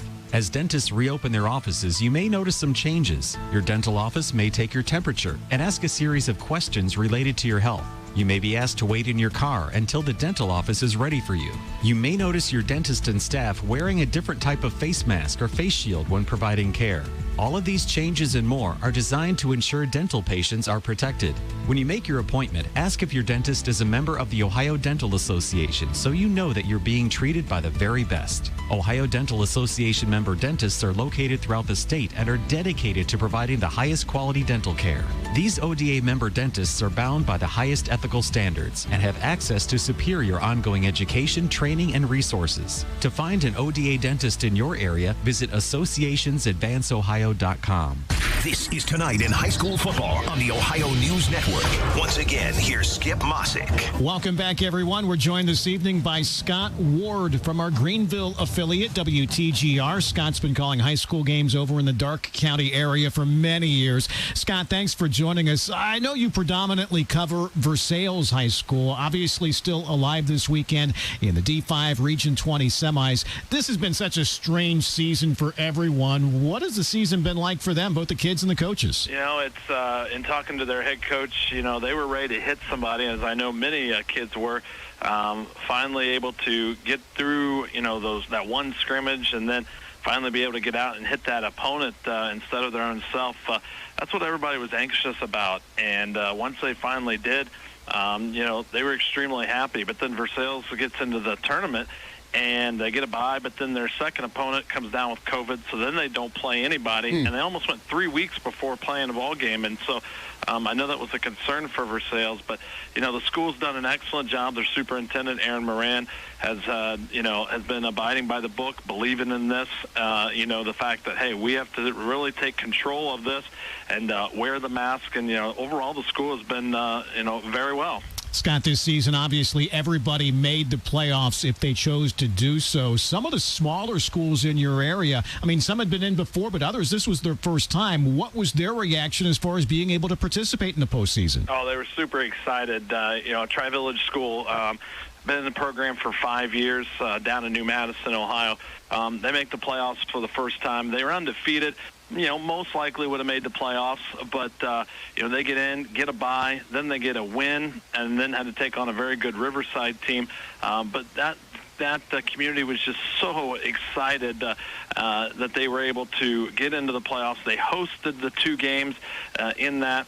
You know, we've got a lot of other small schools that have been in the playoffs before, but maybe don't have to take on this year, didn't have to take on that 1 seed or that 2 seed immediately. Mississinawa Valley last year had to take on the Marion Local Flyers. You know, we all know about Marion Local, but this year they had to take on Cedarville, and it was a smaller matchup. So I think that was really nice for some of these area teams to be able to have a better matchup maybe than possibly that blowout that sometimes happens with those 1 versus 8. You know, Scott, it's been interesting visiting with folks all across the state as far as what they've had to do during this time and how the protocols have affected their broadcast. I mean, I know each county, each school is very different. Any challenges you guys had to overcome over there in the Darke County area? Yeah, for us as a broadcast, most of the actual schools have been very generous, allowing us to come in. We got moved at our own home stadium a little further down in the press box, but we're still isolated with me and my partner. And, you know, so it's made some people have to go outside a couple times. I know we had a tournament game where 2 of my broadcasters had to sit in the bleachers in the outside. Fortunately, it wasn't raining or snowing. So some of these press boxes that aren't bigger has definitely affected. But overall, these athletic directors have been very nice and allowed us to come to broadcast the games because, you know, this year not everybody's able to make it. And, boy, when you can be able to broadcast that and bring that picture to everybody, is very appreciative of the athletic directors and the schools. Well, you guys do a great job covering high school sports over in your area of the state. Scott Ward from our Greenville affiliate, WTGR Tiger Country.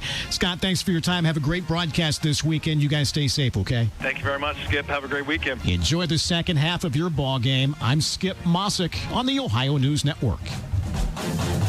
You give it to your neighbors, your friends, co-workers, even your children. So this time, take some advice from me. Before it gets freezing cold outside, now is the time to call Abels for a free estimate on replacing your furnace. Family owned and operated since 1967, Abels has been serving Muskingum and Guernsey County residents with all their heating, cooling, electrical, and refrigeration needs. Let the Abels family help your family. Call Abels or visit them on the web at abelsinc.com. Abels, one company, one goal. Your comfort. Are you paying too much for homeowners insurance? Has your insurance company raised your deductible? Hi, this is John Valentine with Valentine Insurance. Many people can't accurately answer these questions. With many premiums escrowed into mortgages, homeowners don't pay attention to changes to their policies anymore. It's time you visit Valentine Insurance for a true, no-obligation review of your insurance policy. Call 994-1776 or stop by our office at 739 Southgate Parkway in Cambridge. Southeastern Med understands that you've been putting off a lot during the stay-at-home order, including wellness checkups with your doctor. Superior Med Family Practice Cambridge, Office of Doctors Now, Collingwood and Lilco, and Caldwell Office of Becky Hall NP are open and offering telehealth visits if you prefer.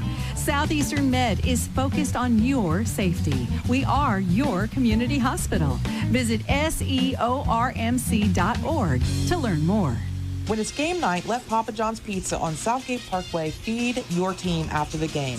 Hey, this is Shannon. You can create your pizza with all your favorite toppings or pick one of our specialty pizzas like the Super Hawaiian, the Philly Cheesesteak, the Works, or the Fiery Buffalo Chicken. Don't forget we also have chicken poppers, wings, breadsticks, and cheese sticks too. Call 740-439-PAPA. That's 439-7272 or order from your phone at papajohns.com. Welcome back to McFarland Stadium. We are at halftime. Bill Kafuri, John Valentine, 20-7. Bobcats on top. Listening to our halftime report brought to you by the United Way of Guernsey County. United Way celebrating student athletes and proudly serving Southeastern Ohio since 1946. Good first half for the Bobcats as they scored early. Logan Mobilini from a couple of yards out, capping off an early drive for the Cats. They led at 7-0 at the 6:23 mark opening period. Joe Sarr, though, returned the favor from 9 yards out with 8:39 left in the second. The extra point made it 7-7. Cats struck two more times in the last 3 minutes of the half. Caden Moore from a yard out with 3:36 left. The extra point was missed, but the Cats got a turnover, one of the few of the first half, and an 18-yard pass from Moore to Devin Ogle. And the extra point made it 20-7. As the Cats had a couple of nice drives, 10, 11 play drives to push it down the field and put points on the board. But the defense came up with some stops, too. Pretty good first half for the Cats, even though, we made light of the fact that, the couple of times here in the first half, the Cats have killed themselves with penalties, actually taking a touchdown off the board. Yeah, taking a touchdown off and taking that PAT off as well, because Lucas Parsons had made that PAT before we moved back 5 more yards. But, I think the difference in the game so far has been defensively. The Cats look like a totally different team defensively tonight, and obviously by design, since we're going with a 5-man front to try to combat that strong rushing game of the Johnnies, and so far it's working really well. And I think the difference is not only those defensive linemen stepping up and clogging holes, but it's those linebackers being able to get an opportunity to come up and fill some of those other holes and get to those gaps into the sideline. So that's really been the difference so far. Our defense stepped up and playing really well. If you're just joining us, it is homecoming here for the Bobcats here in Week 10. Colin Conte and Jaden Carpenter crowned before during pregame ceremonies here, and an extended pregame. We kind of recap the entire season, but now that we're into play, the Cats have done a lot of good things here in the first half. We've kind of recapped scoring a little bit, but they've mixed it up pretty well. They've rushed the ball a little bit successfully and have thrown it as well. Yeah, we don't have a lot of yardage on the ground, but we have had 19 rushes. Well, I got 35 yards. But again, when Caden Moore is your leading rusher with 14 attempts, typically that's because there's been some sacks and those kind of things. So it's kind of skewed, right? But 19 rushes, 35 yards. But the good part of the rushing game is we've got 2 touchdowns out of it. So that's huge. And through the air, Caden is 12 for 16 for 168 yards and a TD. And again, this bright spot there is no turnovers. So, if you can continue to build upon that and not give possessions away, and continue to play good defense, the Cats could look for a good second half here. That had to be the mantra this week at practice, was taking care of the ball. The last 2 weeks, it's killed the Cats. Yeah. 6 turnovers a couple of weeks ago against Heath. Again, multiple turnovers last week against Marietta. And, you give the other team twice as many possessions as you have, they're going to be able to take advantage of You're that. already starting off in a hole by doing that. So you got to be able to play within yourself and not give them extra possessions. Really the only negative from that first half, as you had mentioned, those penalties. I got the Cats with 12 penalties for 100 yards in the first half. No wonder there's no yards rushing. Right, there you go. That's exactly Connor Theo on for the Valentine Insurance kickoff. He squibbed it short a couple of times tonight, and actually that turned out pretty good, as there hadn't been a big return against the Cats. This time he'll go a little bit deeper, and that's going to be in a gap. Myers is going to pick it up around the 15, stumble with it a couple of times, and the Bobcat come down in a wave. Justin Bartlett, one of the first guys down, got a tag on him, and then a bunch of other blue jerseys followed up. And so the Johnnies, again, will start with pretty poor field position, trailing 20-7. Yeah, good job by Theo finding the open spot there on that kickoff, and didn't give them an opportunity really to make a return. Well, Joe Sark pretty much led his team in everything in the first half as well, as they come out here unbalanced again. Out of the eye, handed off to Myers, the deep back, and immediately hit at the line of scrimmage. He'll drag a couple. Jimmy John, double nickels on the first hit that time. He's getting to play both ways a good bit tonight, isn't he? Yeah, he's pretty excited to be back on defense tonight. You can see it in their play. Hey, it's fun to hit somebody rather than be hit. No doubt. Just a gain of 1, 2nd and 9. Unbalanced left side. And Tsar on the keeper. He tried to follow the fullback through the hole. There was no hole. And he ran right into a wall. Blue jerseys that time, and no gain. Tried to kind of ride the fullback in there and follow him, and there was nothing there. I'm going to say Jimmy John again. Yeah, that was definitely him. He stood his guy up straight ahead, and that's why Sarah couldn't get moving, because he ran into the guy that was blocking Big 55. Yeah, they gave Sarah a yard, but I didn't see any movement from where we're sitting in third down and about 8. Sarah under center. Play action, drops back. Bartlett there on him and give him a sack.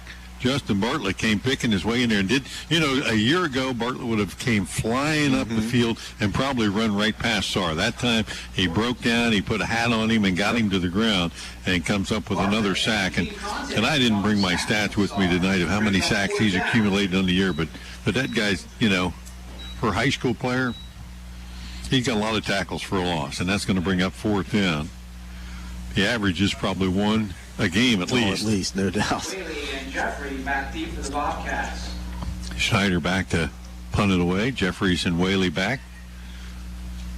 Another good punt that drives Whaley back near his 40. He's going to chase it down there and then let it go. As mishandled their opportunity to try to catch that thing up near midfield. Yeah, and he had some room in front of him too. He catches that with some blockers, but better not to make a mistake. The way the Cats have set up their punt returns, if I'm the guy catching it back there, I want to get a handle on it, because more often than not, you got a pretty good wall set up in front of you. I don't think he was necessarily had his body in position to catch it cleanly. That's probably why he let it go, because it was a great punt.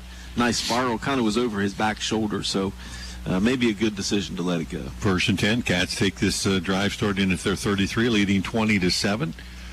Couple of wideouts, and Mobley and Kenworthy both in the backfield. Kenworthy will lead Moby through the hole and across the 35, mirror this 37, giving him 3.5 on that first down carry. Logan Mobolini off the left side. Picks up about 4 yards on the carry. Brings up 2nd and 6. Mobo there. Off the left side. Nothing wrong with taking 4 yards. Every time. Cats will flip the formation here. 3 wides to the right, actually 2 now, as Ogle will split wide to the left. 2nd down, long 6 here. Handoff right side. Mobolini trying to pop it to the corner, and he'll drag a defender, maybe 2, out near the 40. Got about 2 or 3 more. And a makeable 3rd down here for the Cats as they keep it on the ground the first couple of times, and Mobolini comes limping off. So Blake Brumfield will check in offensively for the Cats, facing 3rd and a long 3.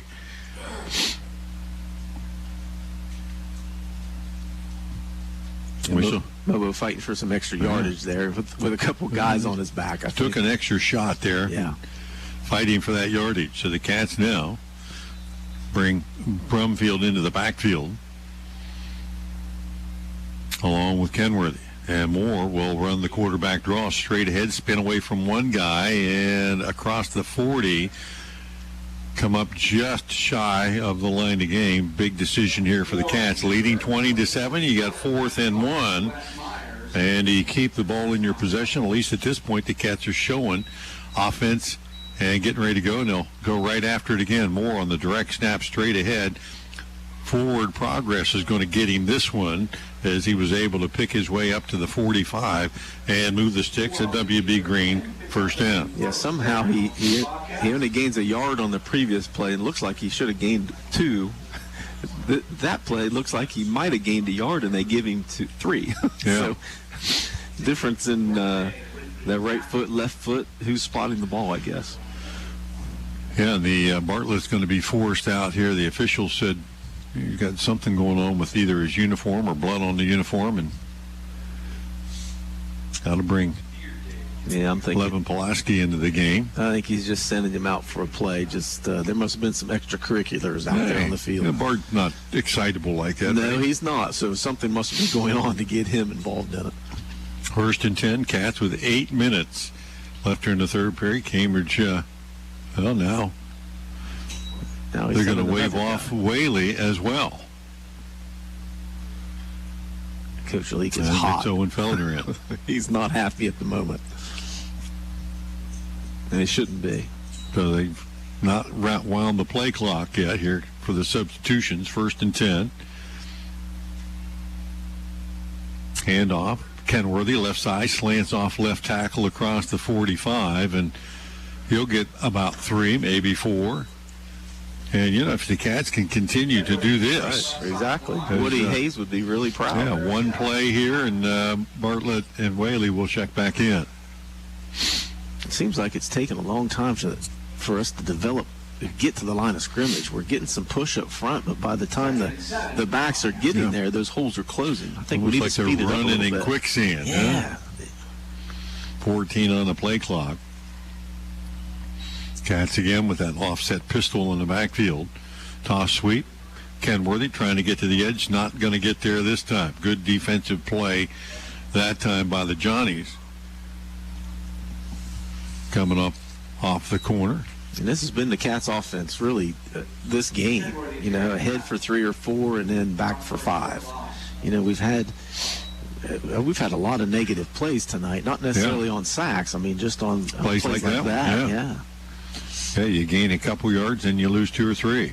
3rd down and 11. Johnny's showing blitz on the outside. Man-to-man, Moore back to pass. And now under pressure, goes down again. Guess who? Number 32, Jake Lusk.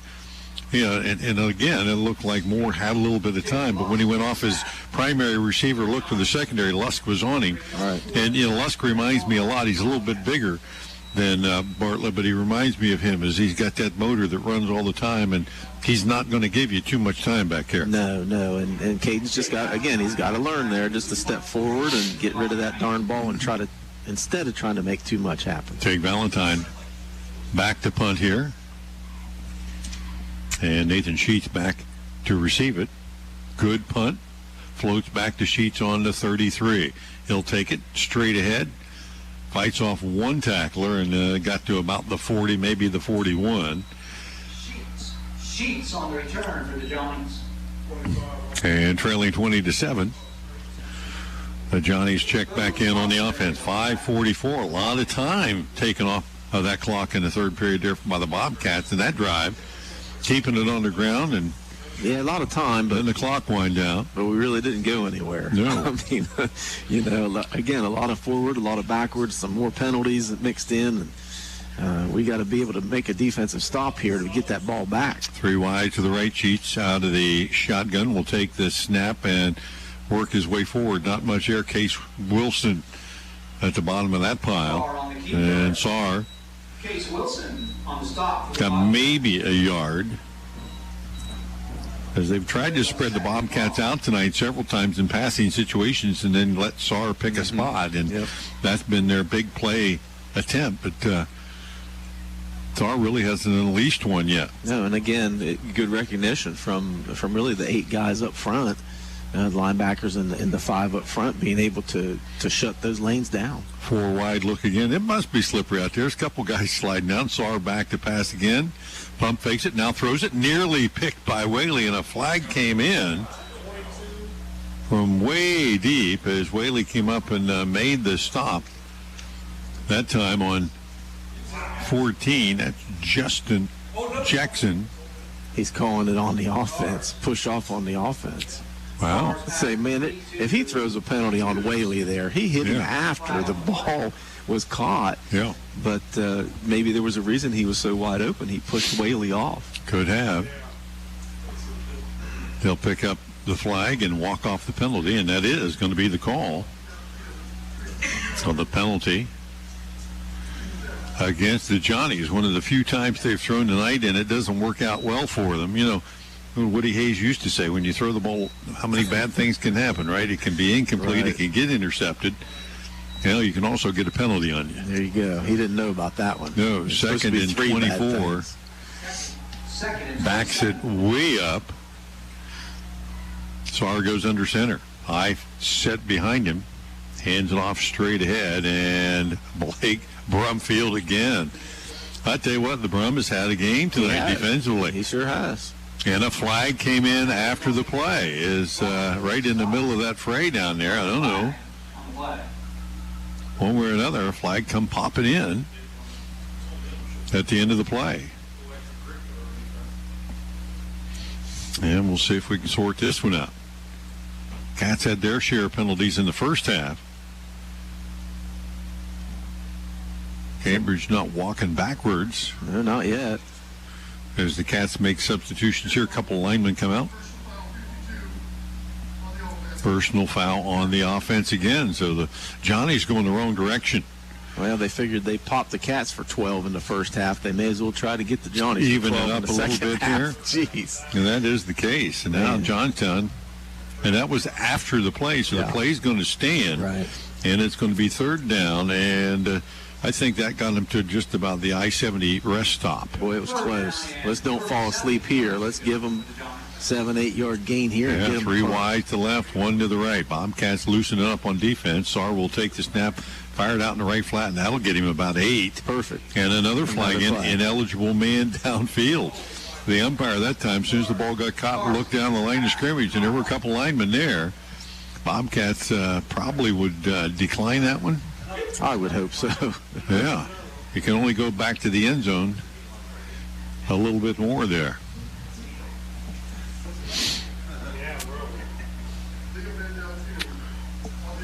Yeah. Cats will decline that. We'll bring up a 4th down.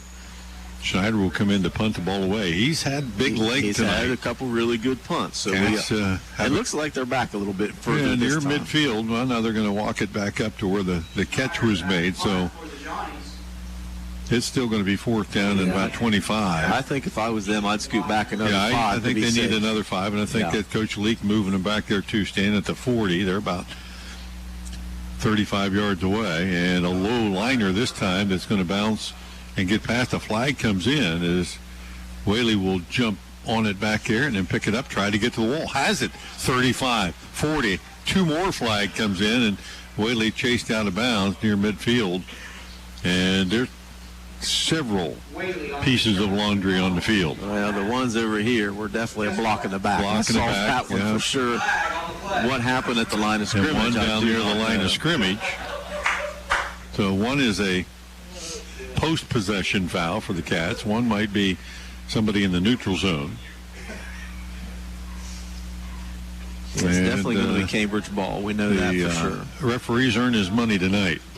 He's getting about as much airtime as you. Oh, my goodness. Well, you figured getting a late start that they'd want to get this game over. Blindside block on the Cats. Well, it definitely was, I don't know about a...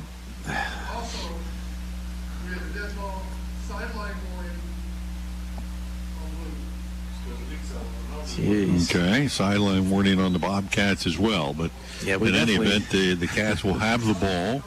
4 minutes left here in the third, and the Cats lead it 20-7. Yeah. Again, I definitely saw the block in the back, but what we thought we had a flag down here at the line of scrimmage. Must have been a sideline warning. I don't know. Oh, okay. Yeah, you're right. Yeah. That must have been the original one. All right. Well, so Cambridge comes out 2-by-2 here as Mobilini back in the game. And he'll offset to the right of Moore. And the officials still having a conversation. They were ready to snap the ball on the far sideline. Yeah, the Cats are ready to go. Well, the officials are not. First and 10 at the 22-yard line. You don't even know what the... Coach Carter getting an explanation for, maybe the penalties, but certainly not for the play of his team. Tonight, the Johnnies have not been the team that we've seen them be in the past. A lot of time left, though. It was a quarter and 4 minutes still.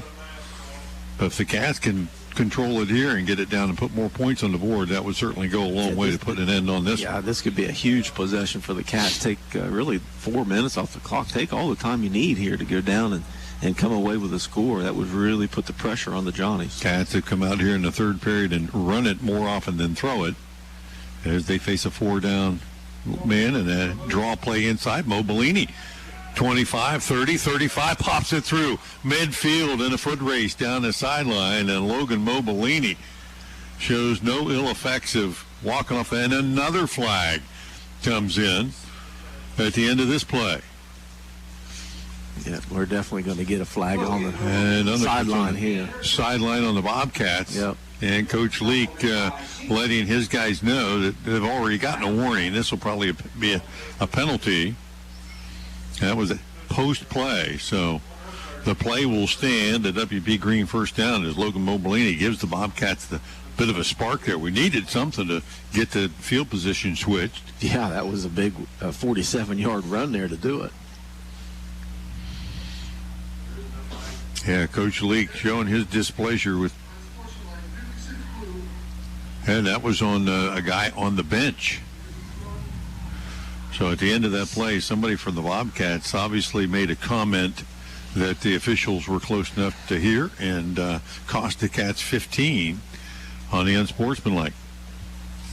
As I was saying, that since we had a delay in the game, you would assume that the officials would want to get this game over as quick as possible. Instead, we've got 19 penalties already in the game.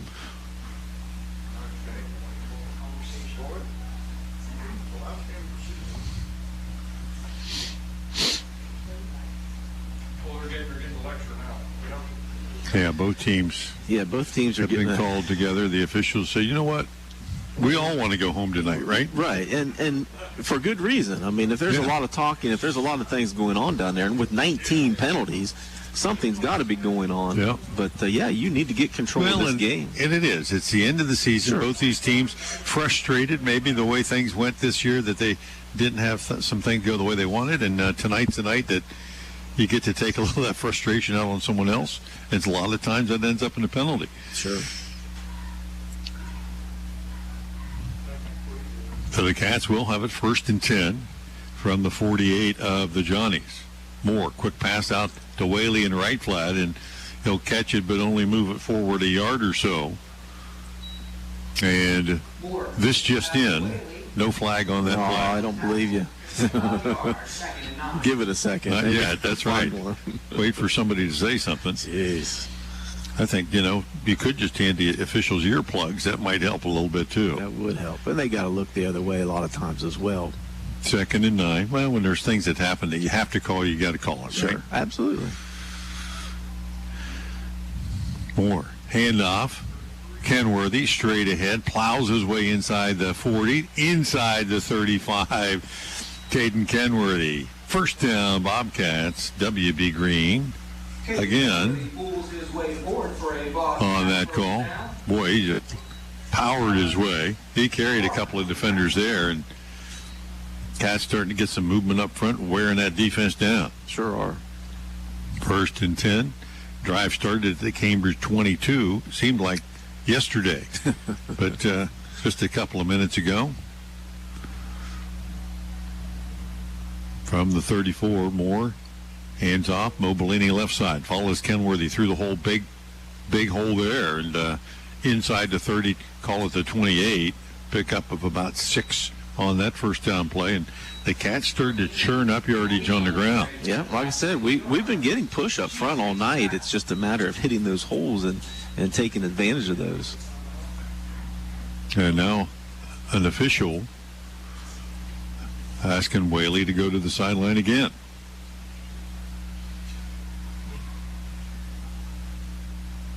And so Owen Feldner will check in for him. 2:26 as they'll wind the clock back into play here. And the Cats in their form of the power offense here. Shotgun set, but 2 backs in the backfield with Kenworthy and Mobilini, one blocking for the other pretty much every time. 2nd down and 4. High snap, controlled. Handoff, Kenworthy left side, down to the 25, close to the line to gain. And if the linesman's spot on the far side is correct, that could be enough. Sure does look like a first down. On the carry, close to the first down. Okay. Trate on the tackle. As Whaley's checked back in, he snuck back in there on this side, and they'll say maybe a half yard short. And more straight ahead, he'll pick his way forward for enough to move the sticks there. Moore picks up the first down. Down to about the 28-yard line. 3rd first down of this drive, courtesy of W.B. Green, and the Cats are going to eat up most of this third period clock and maybe into the 4th. 1st and 10 from the 23 of the Johnnies. 27, Cats with the lead, looking for more here. Neither team has scored in this second half.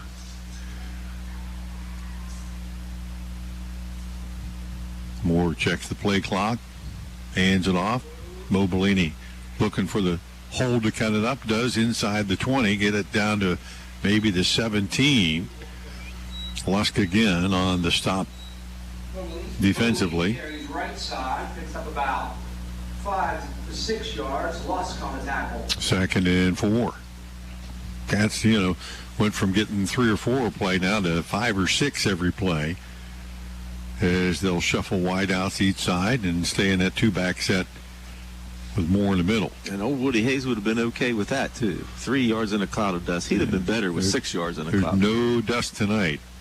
Handoff, Kenworthy breaks one tackle and into a pile of defenders, carries them inside the 15, and it'll be just short of the first down.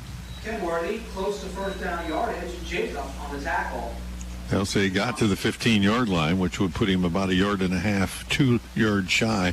3rd down and long 2 here. Bring it down to the quarter. And here. the Cats are going to let the final seconds of this third period run down. As we head to the 4th period, Cambridge in the red zone, leading 20-7. We'll take a break and come back with the 4th period of this homecoming game right after this. Members of Guernsey Muskingum Electric Cooperative love Southeast Ohio, where the hills roll, the roads are crooked, and the trees are plentiful.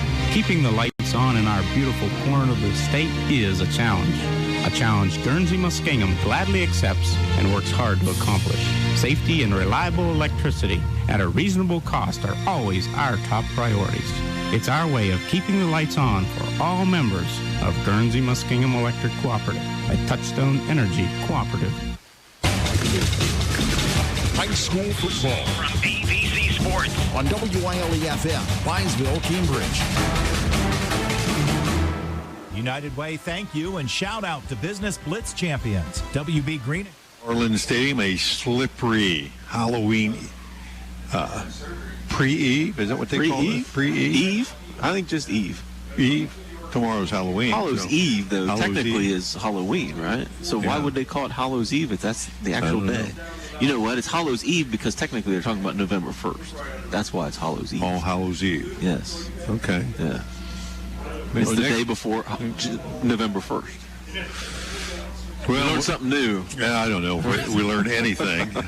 It's 20-7. We know that. We know some things. And the Cats lead it. They have the ball, and they're driving again. 3rd and 2. The Cats are at the 15 of the Johnnies, trying to extend their lead and pick up their 5th win of the season.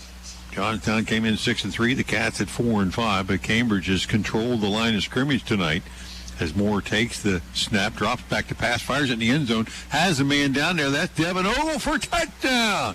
He had to reach back and pull that one in, and he did. And Moore to Ogle for the 2nd score of the night. This one from 15 yards out. And I don't think the Johnnies were expecting pass on that play at all. Absolutely not. That's why they got away with it. They were definitely playing run there, and Devin was able to run a nice little post route wide open in the middle of the field.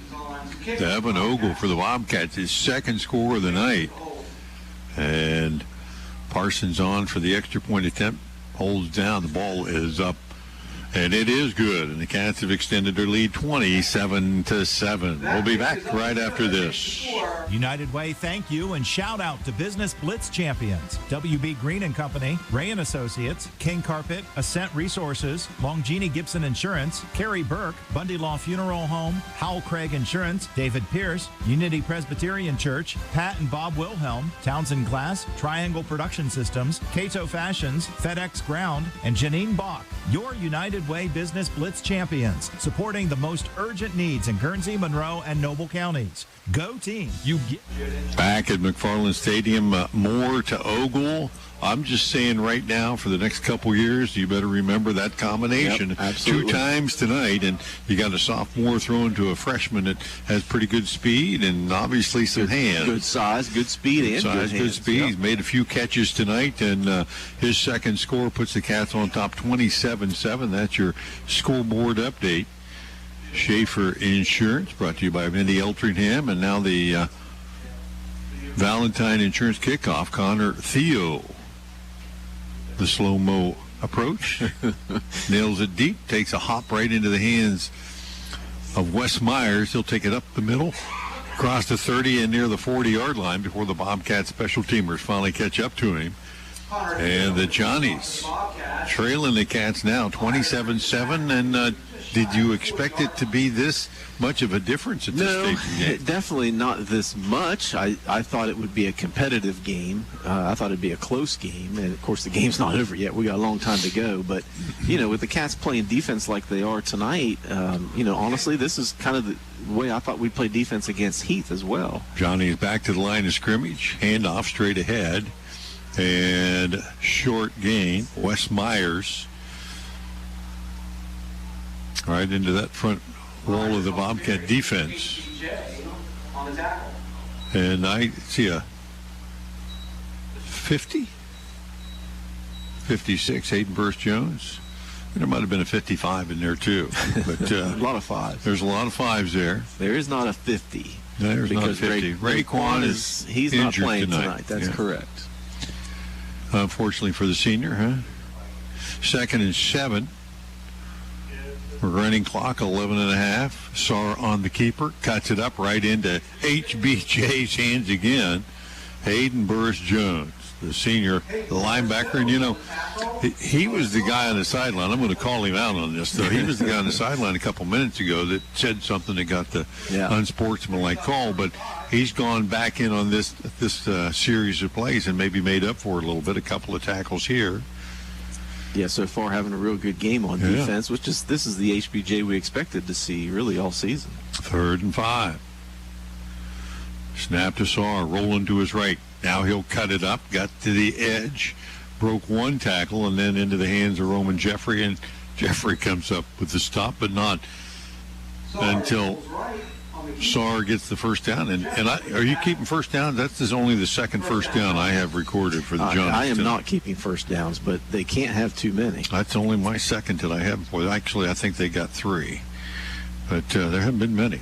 They punted it several times and turned it over on downs, had an interception, and the only drive I have them with more than 8 or 9 plays is the one they scored a touchdown on. And the rest of them are 3 or 4. Myers, left side, not to the line of scrimmage. Nothing doing there.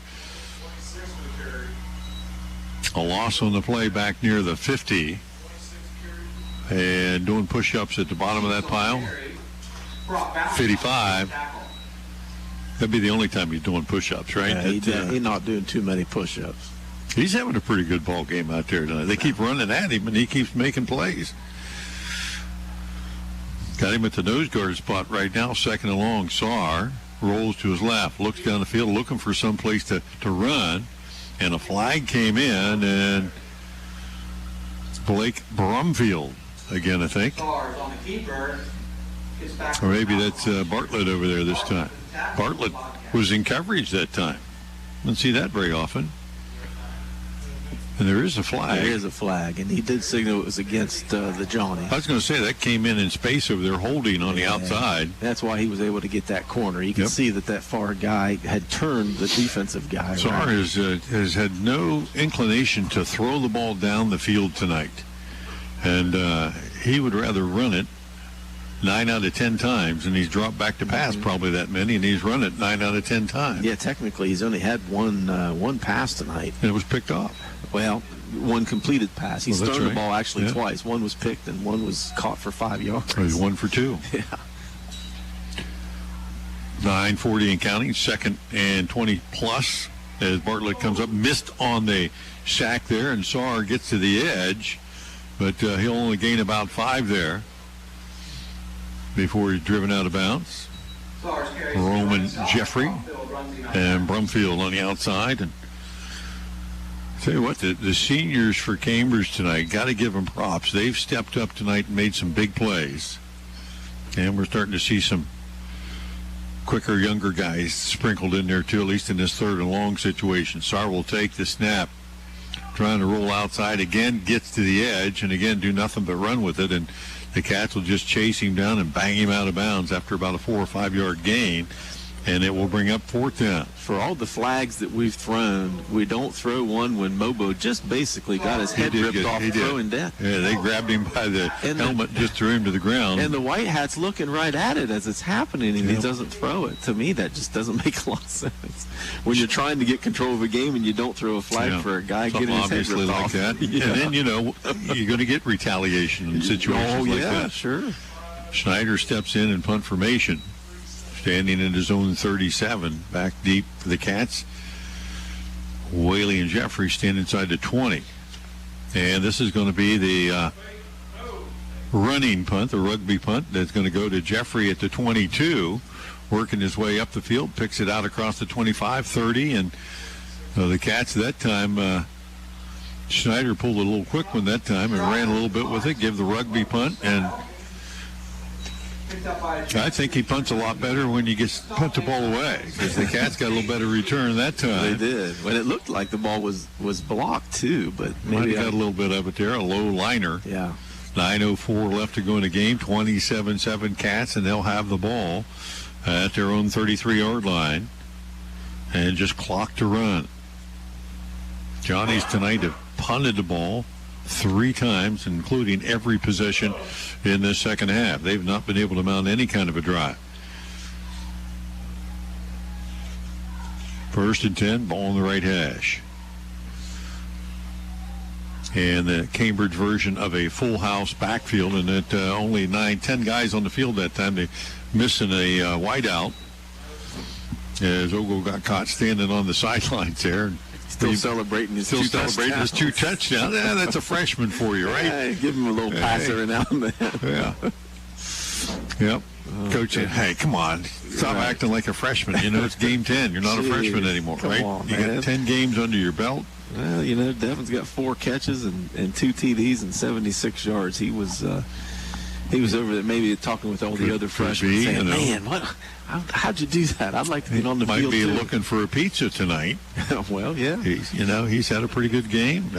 He was. Actually, I was delivering the game of the player of the game certificates last night. We've had the last 3 games. For whatever reason, I haven't had a chance to meet the kids, so I was delivering them last night with our lineman of the weeks as well. And I talked to Devin last night. He was trying to get one out of me. Well, he might get one out of you tomorrow. 1st and 10, Cats. Toss, sweep, left side. Mo Bellini weaves it in and out, got to the corner. A little stiff arm to get his way to the outside, got out to about the 39. Good first down carry that time. But Logan Mo Bellini, you know, the thing that's impressed me, I think, of the Cats tonight, pretty much team speed-wise, is Cambridge looks a couple of steps quicker than the Johnnies here. Mm-hmm. We definitely do. Got 5 on that play. And, you know, part of that is the Johnnies tonight playing on grass. Here's a team that you take from a turf situation. They may not have played on a grass field all year. Right. And, you know, it sure is nice having a turf field, but we do have an advantage. Mobilini, right side, cuts it up, 40, 45, give him a first down, and WB Green gets another shout out here as Mobilini now closing in on the 100-yard mark, huh? Actually, 117 yards from Mobo on 12 carries. He hasn't gotten a pizza in a while, I think, as well, huh? That's right. Seniors played a pretty good game tonight, got the Cats on the board first. Over the 100-yard mark here in his final high school game, 1st and 10. And Cats movement up front, and it'll be on the freshman again. He's having a hard time over there. He's had a couple of those tonight. He's jumped about 3 times, and you know he's looking in, and that time I think he saw everybody else move, so he did. And that'll cost him a play as he'll come to the sideline and get to think about it. Owen Felder will check in, 1st and 15. And the Cats might set some kind of record tonight for penalties in a winning game. Had 12 in the first half. They've added a few more here. 15 so far. 15. 8:19. Clock winds down. Moore takes it, hands it off. Mobilini, nice cut to get it up the field, and he'll drag defenders near the 45. Just about got the penalty yardage back. Mobilini on the carry picks up about 5 yards, makes it 2nd and 11. Mobilini with a pretty good effort tonight. Pretty good effort. He's got to make sure he's got 2 hands on that ball once he gets contact. At this stage of the game, you just got to protect it. 2nd down and 10. Cats have been keeping it on the ground, letting that clock run, and we're down to the 7:40 mark. The Cats check the sideline here and let more play clock run down, and I think that's more than anything what they're doing is Cambridge makes a couple of line calls. Undoubtedly a run play right side. Kenworthy pops it through, and he'll have positive yards into Johnny territory. Still not down as Caden Kenworthy never stops moving those legs, and he actually picked up close to 10 yards. They're going to give him forward progress very close to the first down marker. 10 yards on the carry. And, you know, you watch him run and you think the cupboard is not bare. That guy's coming back. Yeah, he's a good guy to have on your side. 3rd down and a yard. And again, the Cats taking their time. We'll set, now reset. About a 6-man defensive front. The Cats wait for the clock to get under 5. Moore will take the snap. High snap. He'll catch it, pull it down, and now head to the outside. Take a pop right at the line of scrimmage, and I don't think that's going to allow him to move the sticks there. As Brandon McConnell on the stop, and that play kind of blown up by the high snap there that took more out of the rhythm of the play. That throws your timing off for sure, because he had some push up front. If he would have been under center there, you know, he definitely would have had a first down. But, yeah, he had to work hard to be able to just retain that ball from going over his head. 4th and a yard. Cats will keep the offense out there, although sometimes this has resulted, too, in a Cade Moore punting it down the field. And he is in that situation. He'll run to his right and will punt it towards the corner. Angling to that far sideline, and might have been touched by one of the Johnnies, I thought there. No, they'll give possession to the Johnstown Johnnies. It looked like one of the guys turned around and put his hand out like he was going to grab it, but may not have touched it. Yeah, it was close, that's for sure. Yeah, but, 5:40 left in the game. Cats elect not to try to get it on fourth down and take the field position absolutely, instead. Yeah, with a 20-point lead with 6 minutes to go, that's a no-brainer there. Hey, you'd like to have kept that drive alive. Oh, sure, you would, no doubt. We'd love to, waste that 6 more minutes, and come away with a score. Down.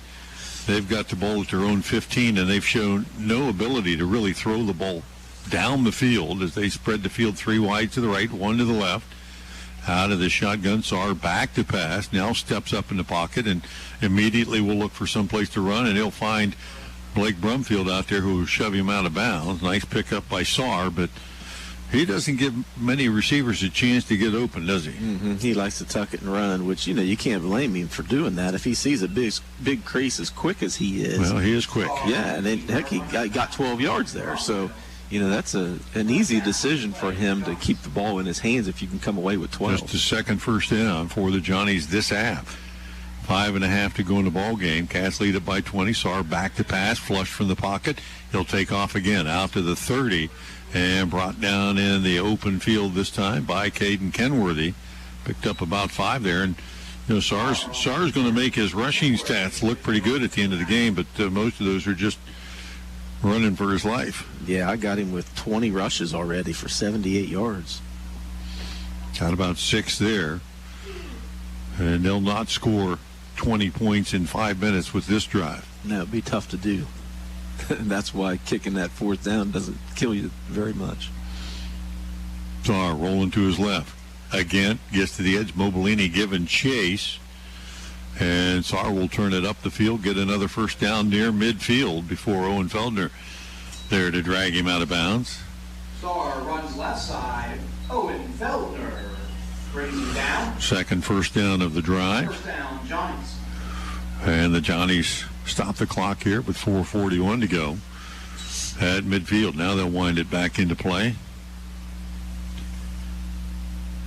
It would be frustrating as one of the wide receivers here for Johnstown. You go down the field, you could be wide open, but he might take off on you anyway. 3 wide to the right. Saar looking that way. Now fires it, and this ball up for grabs. And did Lusk come down with it? I don't think so. Good coverage that time. Whaley and Hayden Burris-Jones there to squeeze Lusk. And that was a wobbler. That didn't have a lot of spiral to it, did it? No, it didn't. He was a little indecisive on his decision there. He wanted to throw because he saw Lusk was open early. That's but then his he got a biggest little guy. pressure. Oh, yeah. 6'4", 230. You got to find that guy. Clean jersey in the game for the Bobcats, number 27, Jake Valentine. And coverage near side as Saar rolls this way and gets rid of it. And guess who made the tackle? There you go. Good call, Coach. 27. Saar's pass Completed that time to McConnell and Jake Valentine on the stop. He was in the right place. He sure was. He guessed Enough for right. a first down. Yeah, guessed right. Guessed right, got dirty. 4-minute mark coming up. Saar. 3 wides to his left. He'll roll that way. Take the snap. Work upfield. Fire it out in the left flat. Have a man. And a diving catch on the outside. I think it's to Wes Myers out there. And another first down. So now the Johnnies finding some gaps to throw the ball down the field. Yeah, some soft coverage for sure, as you can imagine from Cambridge. And Saar again on the roll. Got to the edge and meet Justin Bartlett, and a flag comes in after that play. And I don't know if that's a little excessive celebration. I don't know. Or maybe some frustration. They're going to call unsportsmanlike on the Bobcats, aren't they? Yeah, I don't know. I mean, I didn't see anything that would cause me to to throw a flag on a celebration, did you? Hey, you get up, you're excited about making a big play, and Coach Leak probably not very happy with this call either. No, because I didn't see where the kids really did anything excessive. You get up and they certainly didn't try to show anybody up. No, it didn't look like it. No. We're not down there listening to them. Well, that's right. There's a lot of chirping going on.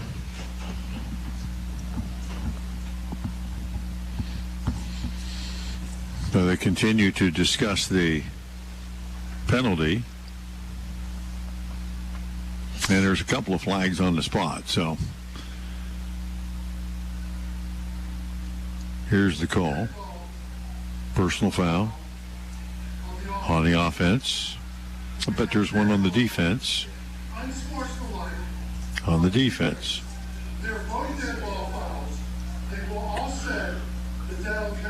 Offsetting penalties, count the down, no gain. Or actually, there was a loss on the play, I believe. Should have been a loss of a couple yards, but yeah, they haven't moved the downs marker yet. No, the downs marker's is sleeping over there. It looks like he lost Should be about at the 3. 29. Yeah, lost a few yards there. Bartlett picked up another sack. Right. Cats have 4 guys on the rush now, bringing the blitz 2. Saar back to pass, fires one deep down the left side, intended for Lusk, and best opportunity to catch that one was Caden Whaley. He had an eyeball on it, almost ran it down, and it falls incomplete. 4th down and about 13.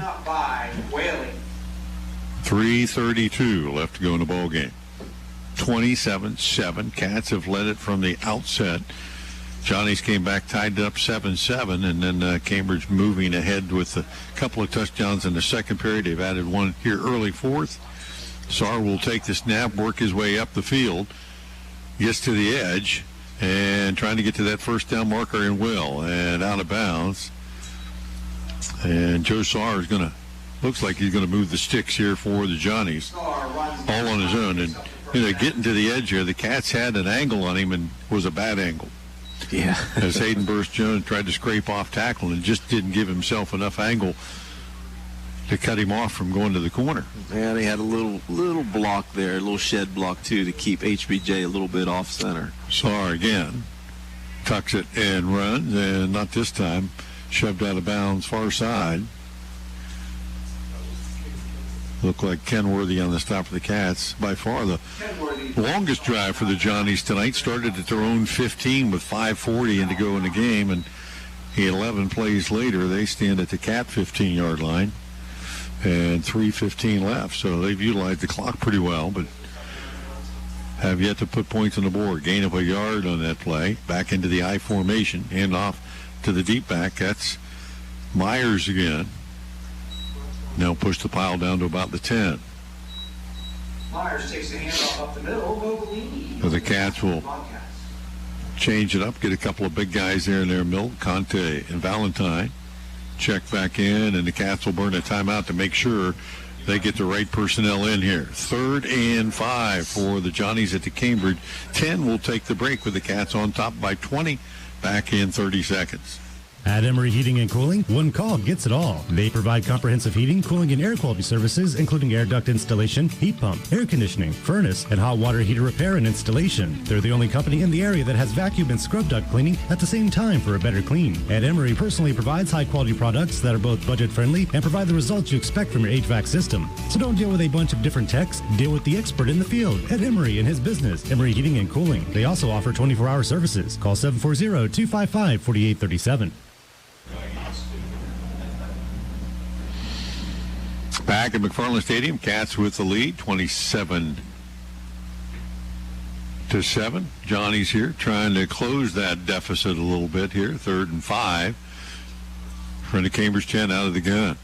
Saar will take the snap, rolling to his right. You'll know he'll run it if he can. Gets it to the 10, and the Cats will stick him right there. Hayden Burris-Jones. Boom. That, my friends, is how you tackle somebody. Form tackle, maybe not, but it was a good one. Sure was. As Saar tried to jump past him, and HBJ caught him in midair and then just planted him on the ground. Loss of a yard on the play, and it will bring up 4th down. And now the Johnnies need to talk a little bit about it, as they will face 4th and about 7 And, there's been a lot of kind of momentum kinds of plays. And those kind of plays, and the Cats have had several of them tonight, kind of evoke emotion out of players. I mean, you got to get up excited when you make plays like that. And we've seen times tonight where the officials haven't appreciated that enthusiasm. Well, definitely not. And but we've seen how the officials haven't really let us have any fun at all, not necessarily on the tackle, but just lining up. They just want to throw these little yellow flags a lot tonight for some reason. But yeah, I mean, it's an emotional game. It's your last game ever, possibly not necessarily just for the Bobcats, but ever. I mean, there's a couple of these kids that have a possibility to play some college football next year, but most of them are not. So everybody thinks they time. are, right? We all think so. Saar back to pass, 4th down, flush from the pocket, gets to the 10 and up the right sideline, dives for the pylon and shoved out of bounds there. HBJ and Brumfield both there for the Cats. And I think he got enough.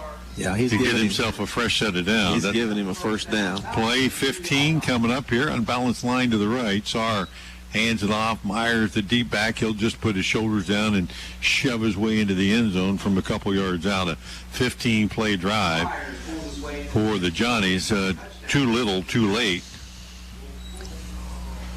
With 2:30 to go in the game, Johnstown. You never want to give up a score, but if you're going to let them take a 6-minute drive. Yeah, 15-play drive. Why not? Go 85 yards, and the Johnnies with the muddle huddle.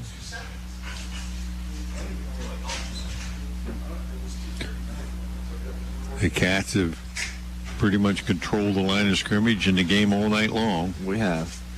Schneider on for the extra point attempt, and now they'll bring the line over and reset everybody.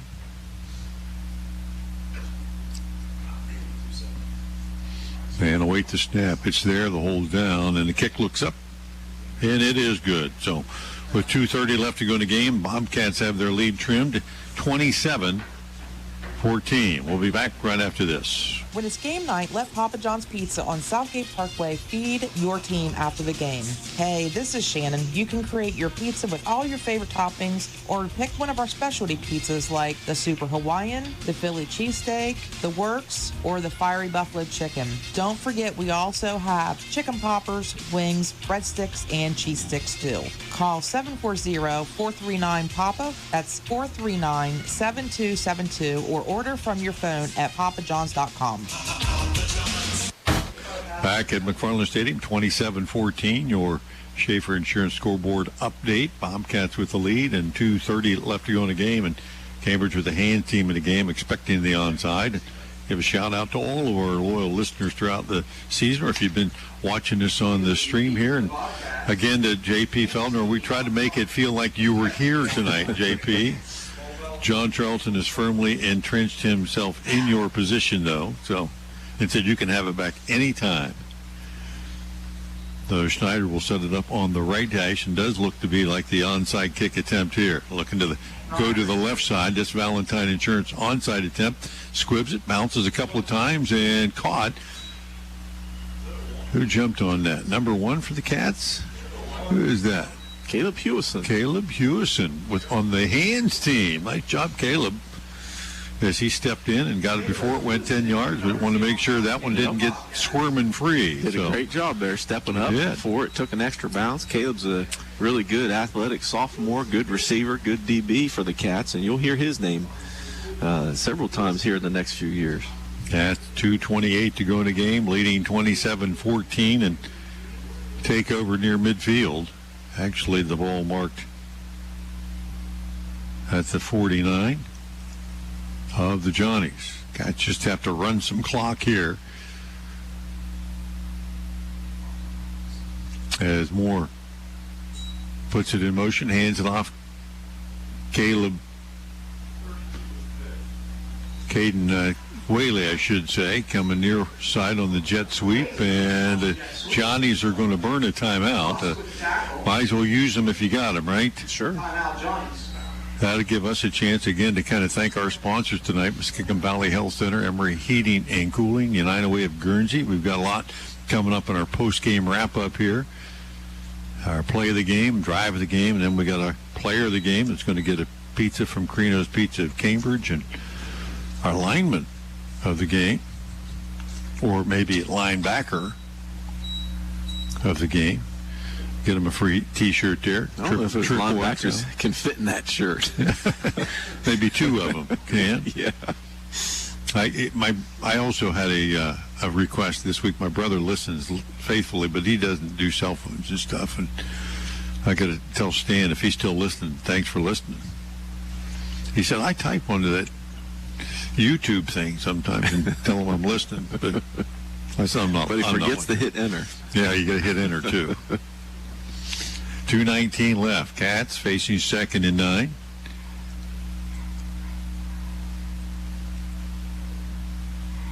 We'll reset. I don't think they changed the play probably. Hand off Mobilini straight ahead, and he'll push the pop it through 40, 30, 20. He wants one more score.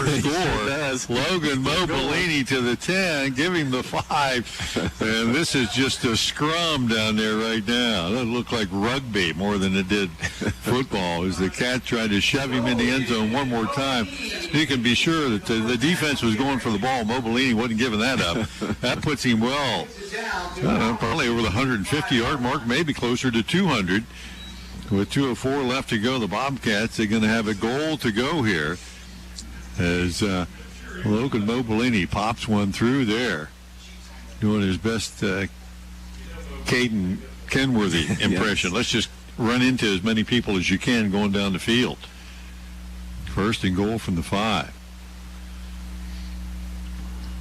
Cats letting the play clock run down. 2 seconds, a high snap. And loose on the field, and the Cats will cover it up. And that ball came back high and off the hands of Moore. And he's a little bit slow to get up. Recovered by Kenworthy. As Kenworthy able to get on it. But the Cats are going to lose yardage. And a timeout taken by the Johnnies with 1:31 left. That is their final timeout, so they can't stop it anymore. Hey, anybody you want to shout out to? That you get more texts than I do. I get texts all game long. Everybody loves it. Everybody loves it. So go ahead, give them some love. Well, and first love I want to give is to ABC and to our sponsors for providing this. Not only just the radio, of course, like they've done for so many years, but the YouTube, the video. You get so many families, especially this year, right? Yeah, they can't be here. They can't be here. Moms and dads are here, most of them, but, you got grandparents and, aunts and uncles all over the country chiming in to watch the game. So first off, that's what you want to do is you want to thank when it's 38, they don't want to be here tonight. So. No, tonight definitely not. But no, that's what I want to say thank you for them for providing this. We got Justin Bartlett in the backfield. You don't imagine that he might get one carry here, huh? Seniors kind of everybody getting a chance to tote the rock here. 2nd and goal from the 11-yard line, and it will be Bartlett off the left side, and he's just looking for bodies to run into, and he does run over a couple. He got a couple of yards out of it, but they told him cover the points of the ball. He did that, but then it's just pinball yourself forward, and the Johnnies cannot stop the clock again.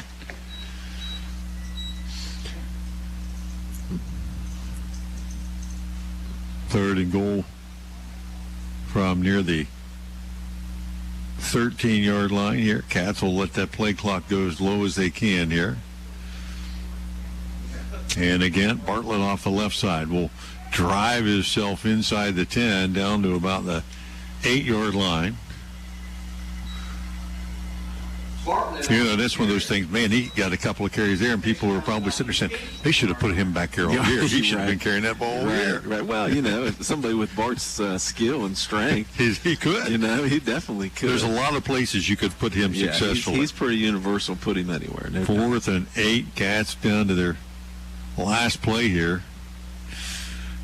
And again, Bartlett off the left side to the edge. And did he get to the pylon or not? I think they're going to say he got to the 1. He's half a yard short. That close, a half yard short of scoring. And the Cats will turn it over on downs. He had 4 carries to get it 12 yards, and he got 11. And a half. 26 seconds left. The Johnnies will have one more play. So if Bart wants to score, he's going to have to get a safety. Yes. So, or maybe a pick. Yeah, from their own 1 yard line. Yeah, Sarr's got to be careful here. If he could get caught in the backfield. But he takes that snap and runs wide unless they just hand it off straight ahead. Well, Cats only have a 3-man front here, so a little easier to get off the goal line with 3. Yeah, he's going to go under center. And it is quarterback sneak off the right side. Hayden Burris-Jones in there scrapping for the tackle. On the keeper. And I don't know if the Johnnies will get another play off.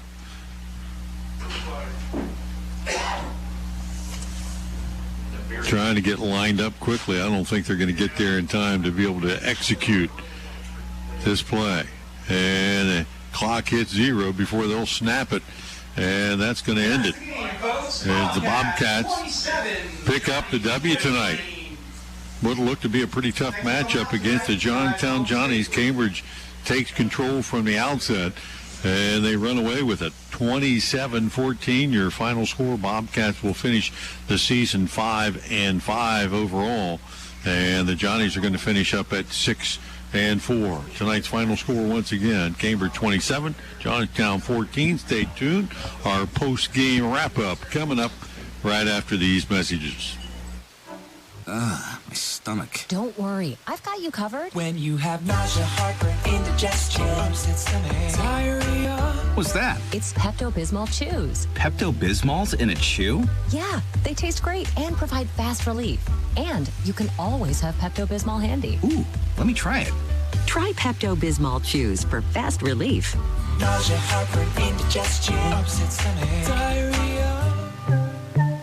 Use as directed. Keep out of reach of children. Does learning a language feel like this? No habla español? Hablo. It's hablo? Yes. It's hablo. When you learn a language, you want to actually use it. Babbel is designed with that goal in mind. Since my husband is from Guatemala, I'll apply what I've learned in Babbel to our real-life situations. The app is so easy to use and it's so practical. It helps you learn things that you will actually need. Babbel, language for life. Celebrating 10 million subscriptions sold. Now try Babbel for free at Babbel.com. That's Babbel.com. BABBEL.com. Hiring can be challenging, but ZipRecruiter makes it fast and easy. We talked to Monica Starks, who needed to hire for a pivotal role at her company, GS Group. As the owner of a construction company, finding the right people is a very difficult task. So I use ZipRecruiter. ZipRecruiter's powerful matching technology identifies the right people for your job and actively invites them to apply, which is why you should try ZipRecruiter for free at ZipRecruiter.com/free. Monica did, and that's how she found Lamont, her new project superintendent.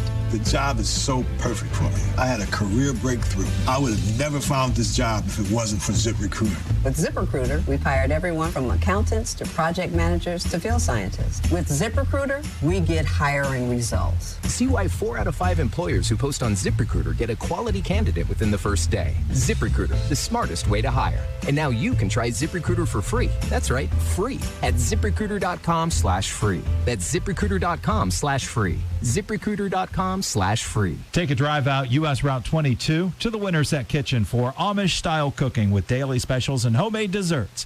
Minutes past the Salt Fork entrance. That's the Winterset Kitchen. It's the ABC Sports High School Football Scoreboard. I'm Bill Arnett. We'll go ahead and start with your finals. Hartley tonight defeated Sheridan 10-6 in the regional semifinals. A great season by the Sheridan Generals. Tri-Valley at home 31-13 over the Zanesville Blue Devils. Maysville beat West Muskingum. Home game for the Panthers 42-28. Indian Valley 21 and John Glenn 7. A final, Rosecrans beat Bellsville 42-6. That is a first win of the season for Rosecrans and new head coach, Coach Zemba. Congratulations. Waterford came from behind, scored 22 points in the second half, and beat Morgan 22-7. Union Local 44, Wellsville 3. Mount Vernon shut out Newark 27-0. Game still in progress. Caldwell leading Buckeye Trail 42-14. In the fourth quarter, Cambridge 27, Johnstown 7, and Philo leading Logan Elm 34-25. We'll have the next scoreboard update shortly. I'm Bill Arnett, ABC Sports. I was sitting in my car and it wouldn't start. I lifted the hood and the engine was falling apart. What would I do? My eyes filled with tears. Then on the radio I heard of West 40 by Pay here, where for a little money down and a little each week, I could have a car, nice, shiny, and sleek. So I walked in the door and I put the money down. Now I got a nice car that I can drive around. West 40 by Pay here will help rebuild your credit. The corner of Dewey and Route 40 in Cambridge, don't you forget it. West 40 Auto Sales, corner of Route 40 and Dewey Avenue in Cambridge, is home of the guaranteed credit approval, with most loans approved while you wait. Go to their website to fill out an online loan application, west40autosales.com. You'll also find their weekly special listed there. Back at McFarland Stadium, final score tonight. The Bobcats closed the season out and homecoming with a win, 27-14 over the Johnstown Johnnies. Cats finished the season up at 5-5, and Johnstown will slip to 6-4 as homecoming festivities can continue now on a happy note. Colin Conte, the homecoming king, and retiring senior right tackle for the Cats, and Jaden Carpenter. So the Cats get a chance to celebrate a season-ending win, and the seniors, we had senior night here earlier in the season where they kind of celebrated then, and knowing that there could be more home games, but you had to get it in when you knew you were going to play. Right. So really, the nice thing is for the seniors here tonight, they do really get to play a final home game and pick up a win at home, and so congratulations to them as well. You're listening to our post-game wrap-up tonight, brought to you by Muskingum Valley Health Center. And let's kind of recap the scoring tonight for the Bobcats. They started things out 6:23 of the opening period. Logan Mobilini, a 2-yard run to cap a 76-yard drive for the Cats. The extra point by Lucas Parsons was good. The Cats led 7-0, but the Johnnies came right back. Early second period, Joe Saar from 9 yards out, I think on a fourth down play, was able to get it into the end zone. The extra point made it 7-7, but that's as close as it would be the rest of the night. The Cats would respond on their next possession. Caden Moore capping a 10-play, 52-yard drive for the Bobcats that put them back on top 13-7. The extra point was no good. That 10-play drive, one of 2 10-play drives the Cats had back-to-back in that second period to kind of extend that lead. They got another one just about 3 minutes later that ended with an 18-yard pass from Caden Moore to Devin Ogle, as Ogle scored his first touchdown to cap a 9-play, 64-yard drive, making it 20-7. And pick one of those long drives. The Cats had some ball control tonight going on, and those are our drives of the game, brought to you by Emory Heating and Cooling. Check out Emory Heating and Cooling and Ed Emory at 255-4837. And Cats controlled the ball a little bit in that second period, and that, I think, was just maybe a little bit of the precursor of things that come in the second half, as the Cats got into grind mode in that second half and started churning it up and down the field. Early fourth period score by the Cats as they ate up about 5 or 6 minutes, and another pass from Moore to Ogle after most of the damage had been done on the ground. An 8-play, 78-yard drive that made it 27-7, and then the last couple of minutes of the game in garbage time, the Johnnies got one more score. Wes Myers from a couple yards out, a 15-play, 85-yard drive that the Johnnies finally put together something, but the hay was, what they say, the cows were out of the field, or somebody forgot to close the gate, or the barn door was open, or whatever. The damage had been done at that point. The Cats pick up the W tonight and really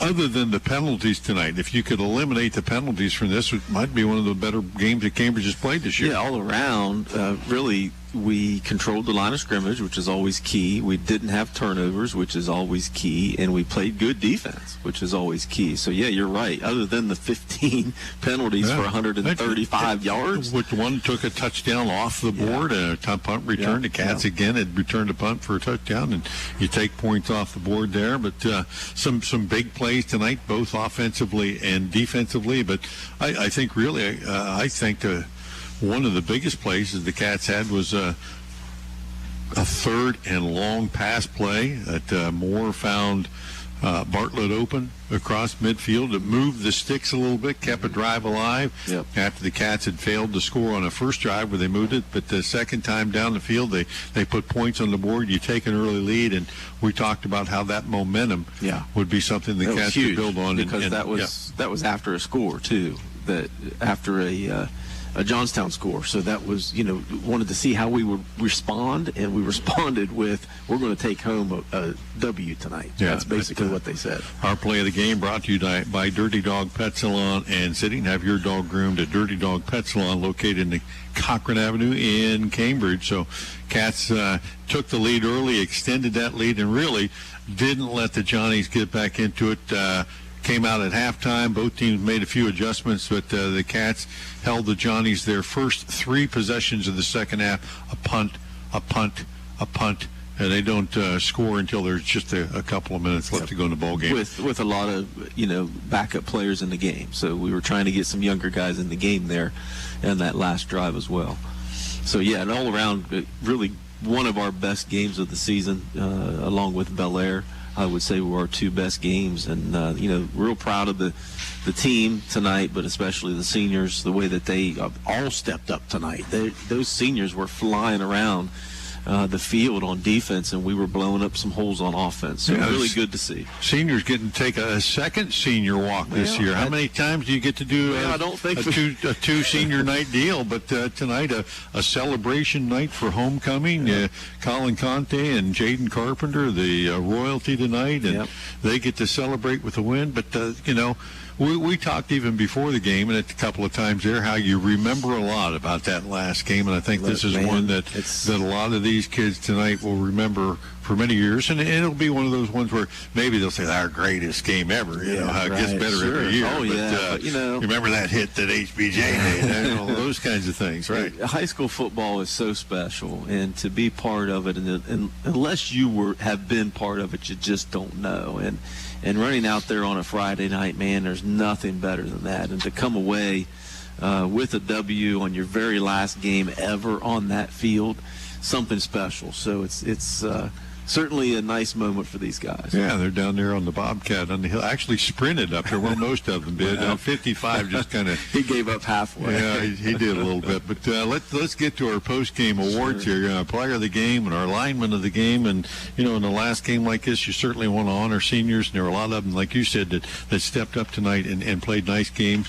Player of the game from Crino's Pizza of Cambridge. We'll get a large one-item pizza, 2 liters of pop. You can call Crino's Pizza of Cambridge in the Dewey Avenue Center, 740-432-2200 for pickup or delivery. And you may not be the player of the game, but you can get a pizza. Yeah, a good pizza. Won't be a free one. Logan Mobilini, big night tonight for Logan. Logan had a great night. 14 carries for 167 yards and a score as well. But a couple big plays. He was trying to get another yarder and a 27-yarder. Yeah, that 47-yarder, a 44-yarder there at the end.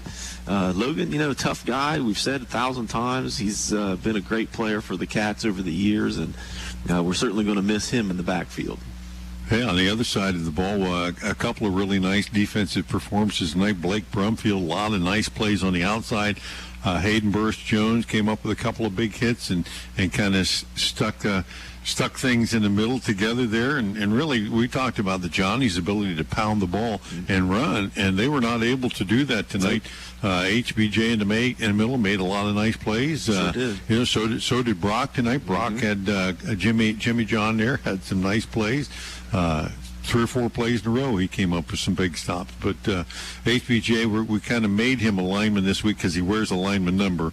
And when you are a backer, your kind of alignment anyway. And he made a lot of plays at the line of scrimmage. So he'll be our Guernsey Muskingum Electric Power Lineman of the Week. He'll get a triple extra large T-shirt from Guernsey Muskingum Electric that he may have to grow into. And actually, with that hair, yes, he may. For goodness sake. He might need a shirt that big just to get the hair in there. We're going to shave that off.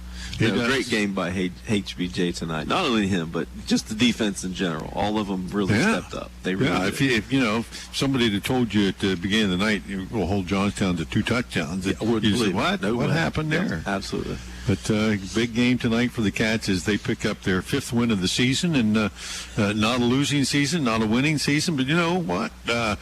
It is what it is. When you look back at some of the teams the Cats played this year, it was not. Find me a tougher schedule than what Cambridge played this year. You just can't. Anywhere around here, no doubt about it. And other than the Carrollton game and really last week in Marietta, that game should have been a W. Carrollton, with all the stuff that was going on, that was kind of – and Carrollton was a tough team. Heck, they won 6 games this year. But, we gave away a couple we probably should have won. Chances. But, we were in there. And certainly something to build on for the young kids coming back. Yeah, we were hoping to have a 6-7 win season this year with these kids, and I think that's basically where we should have been. But winning 5 of them, we got a pretty good group of young guys coming back, but the senior class has had some success. Well, and you know what? You know these guys better than I do, but just give one shout out to all the seniors there one more time.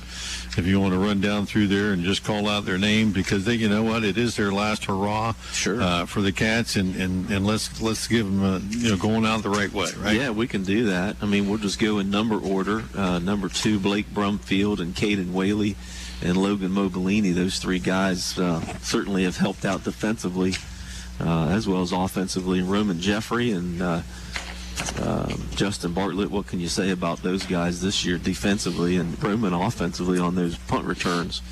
And with the bigger guys, Raekwon unfortunately couldn't play tonight with a busted up knee, and Case and Luke Stillion, who we lost in the Shenandoah game, early. What was that, week 3 or week 4, which really he got to be lineman of the week, though. Yeah, he did that week.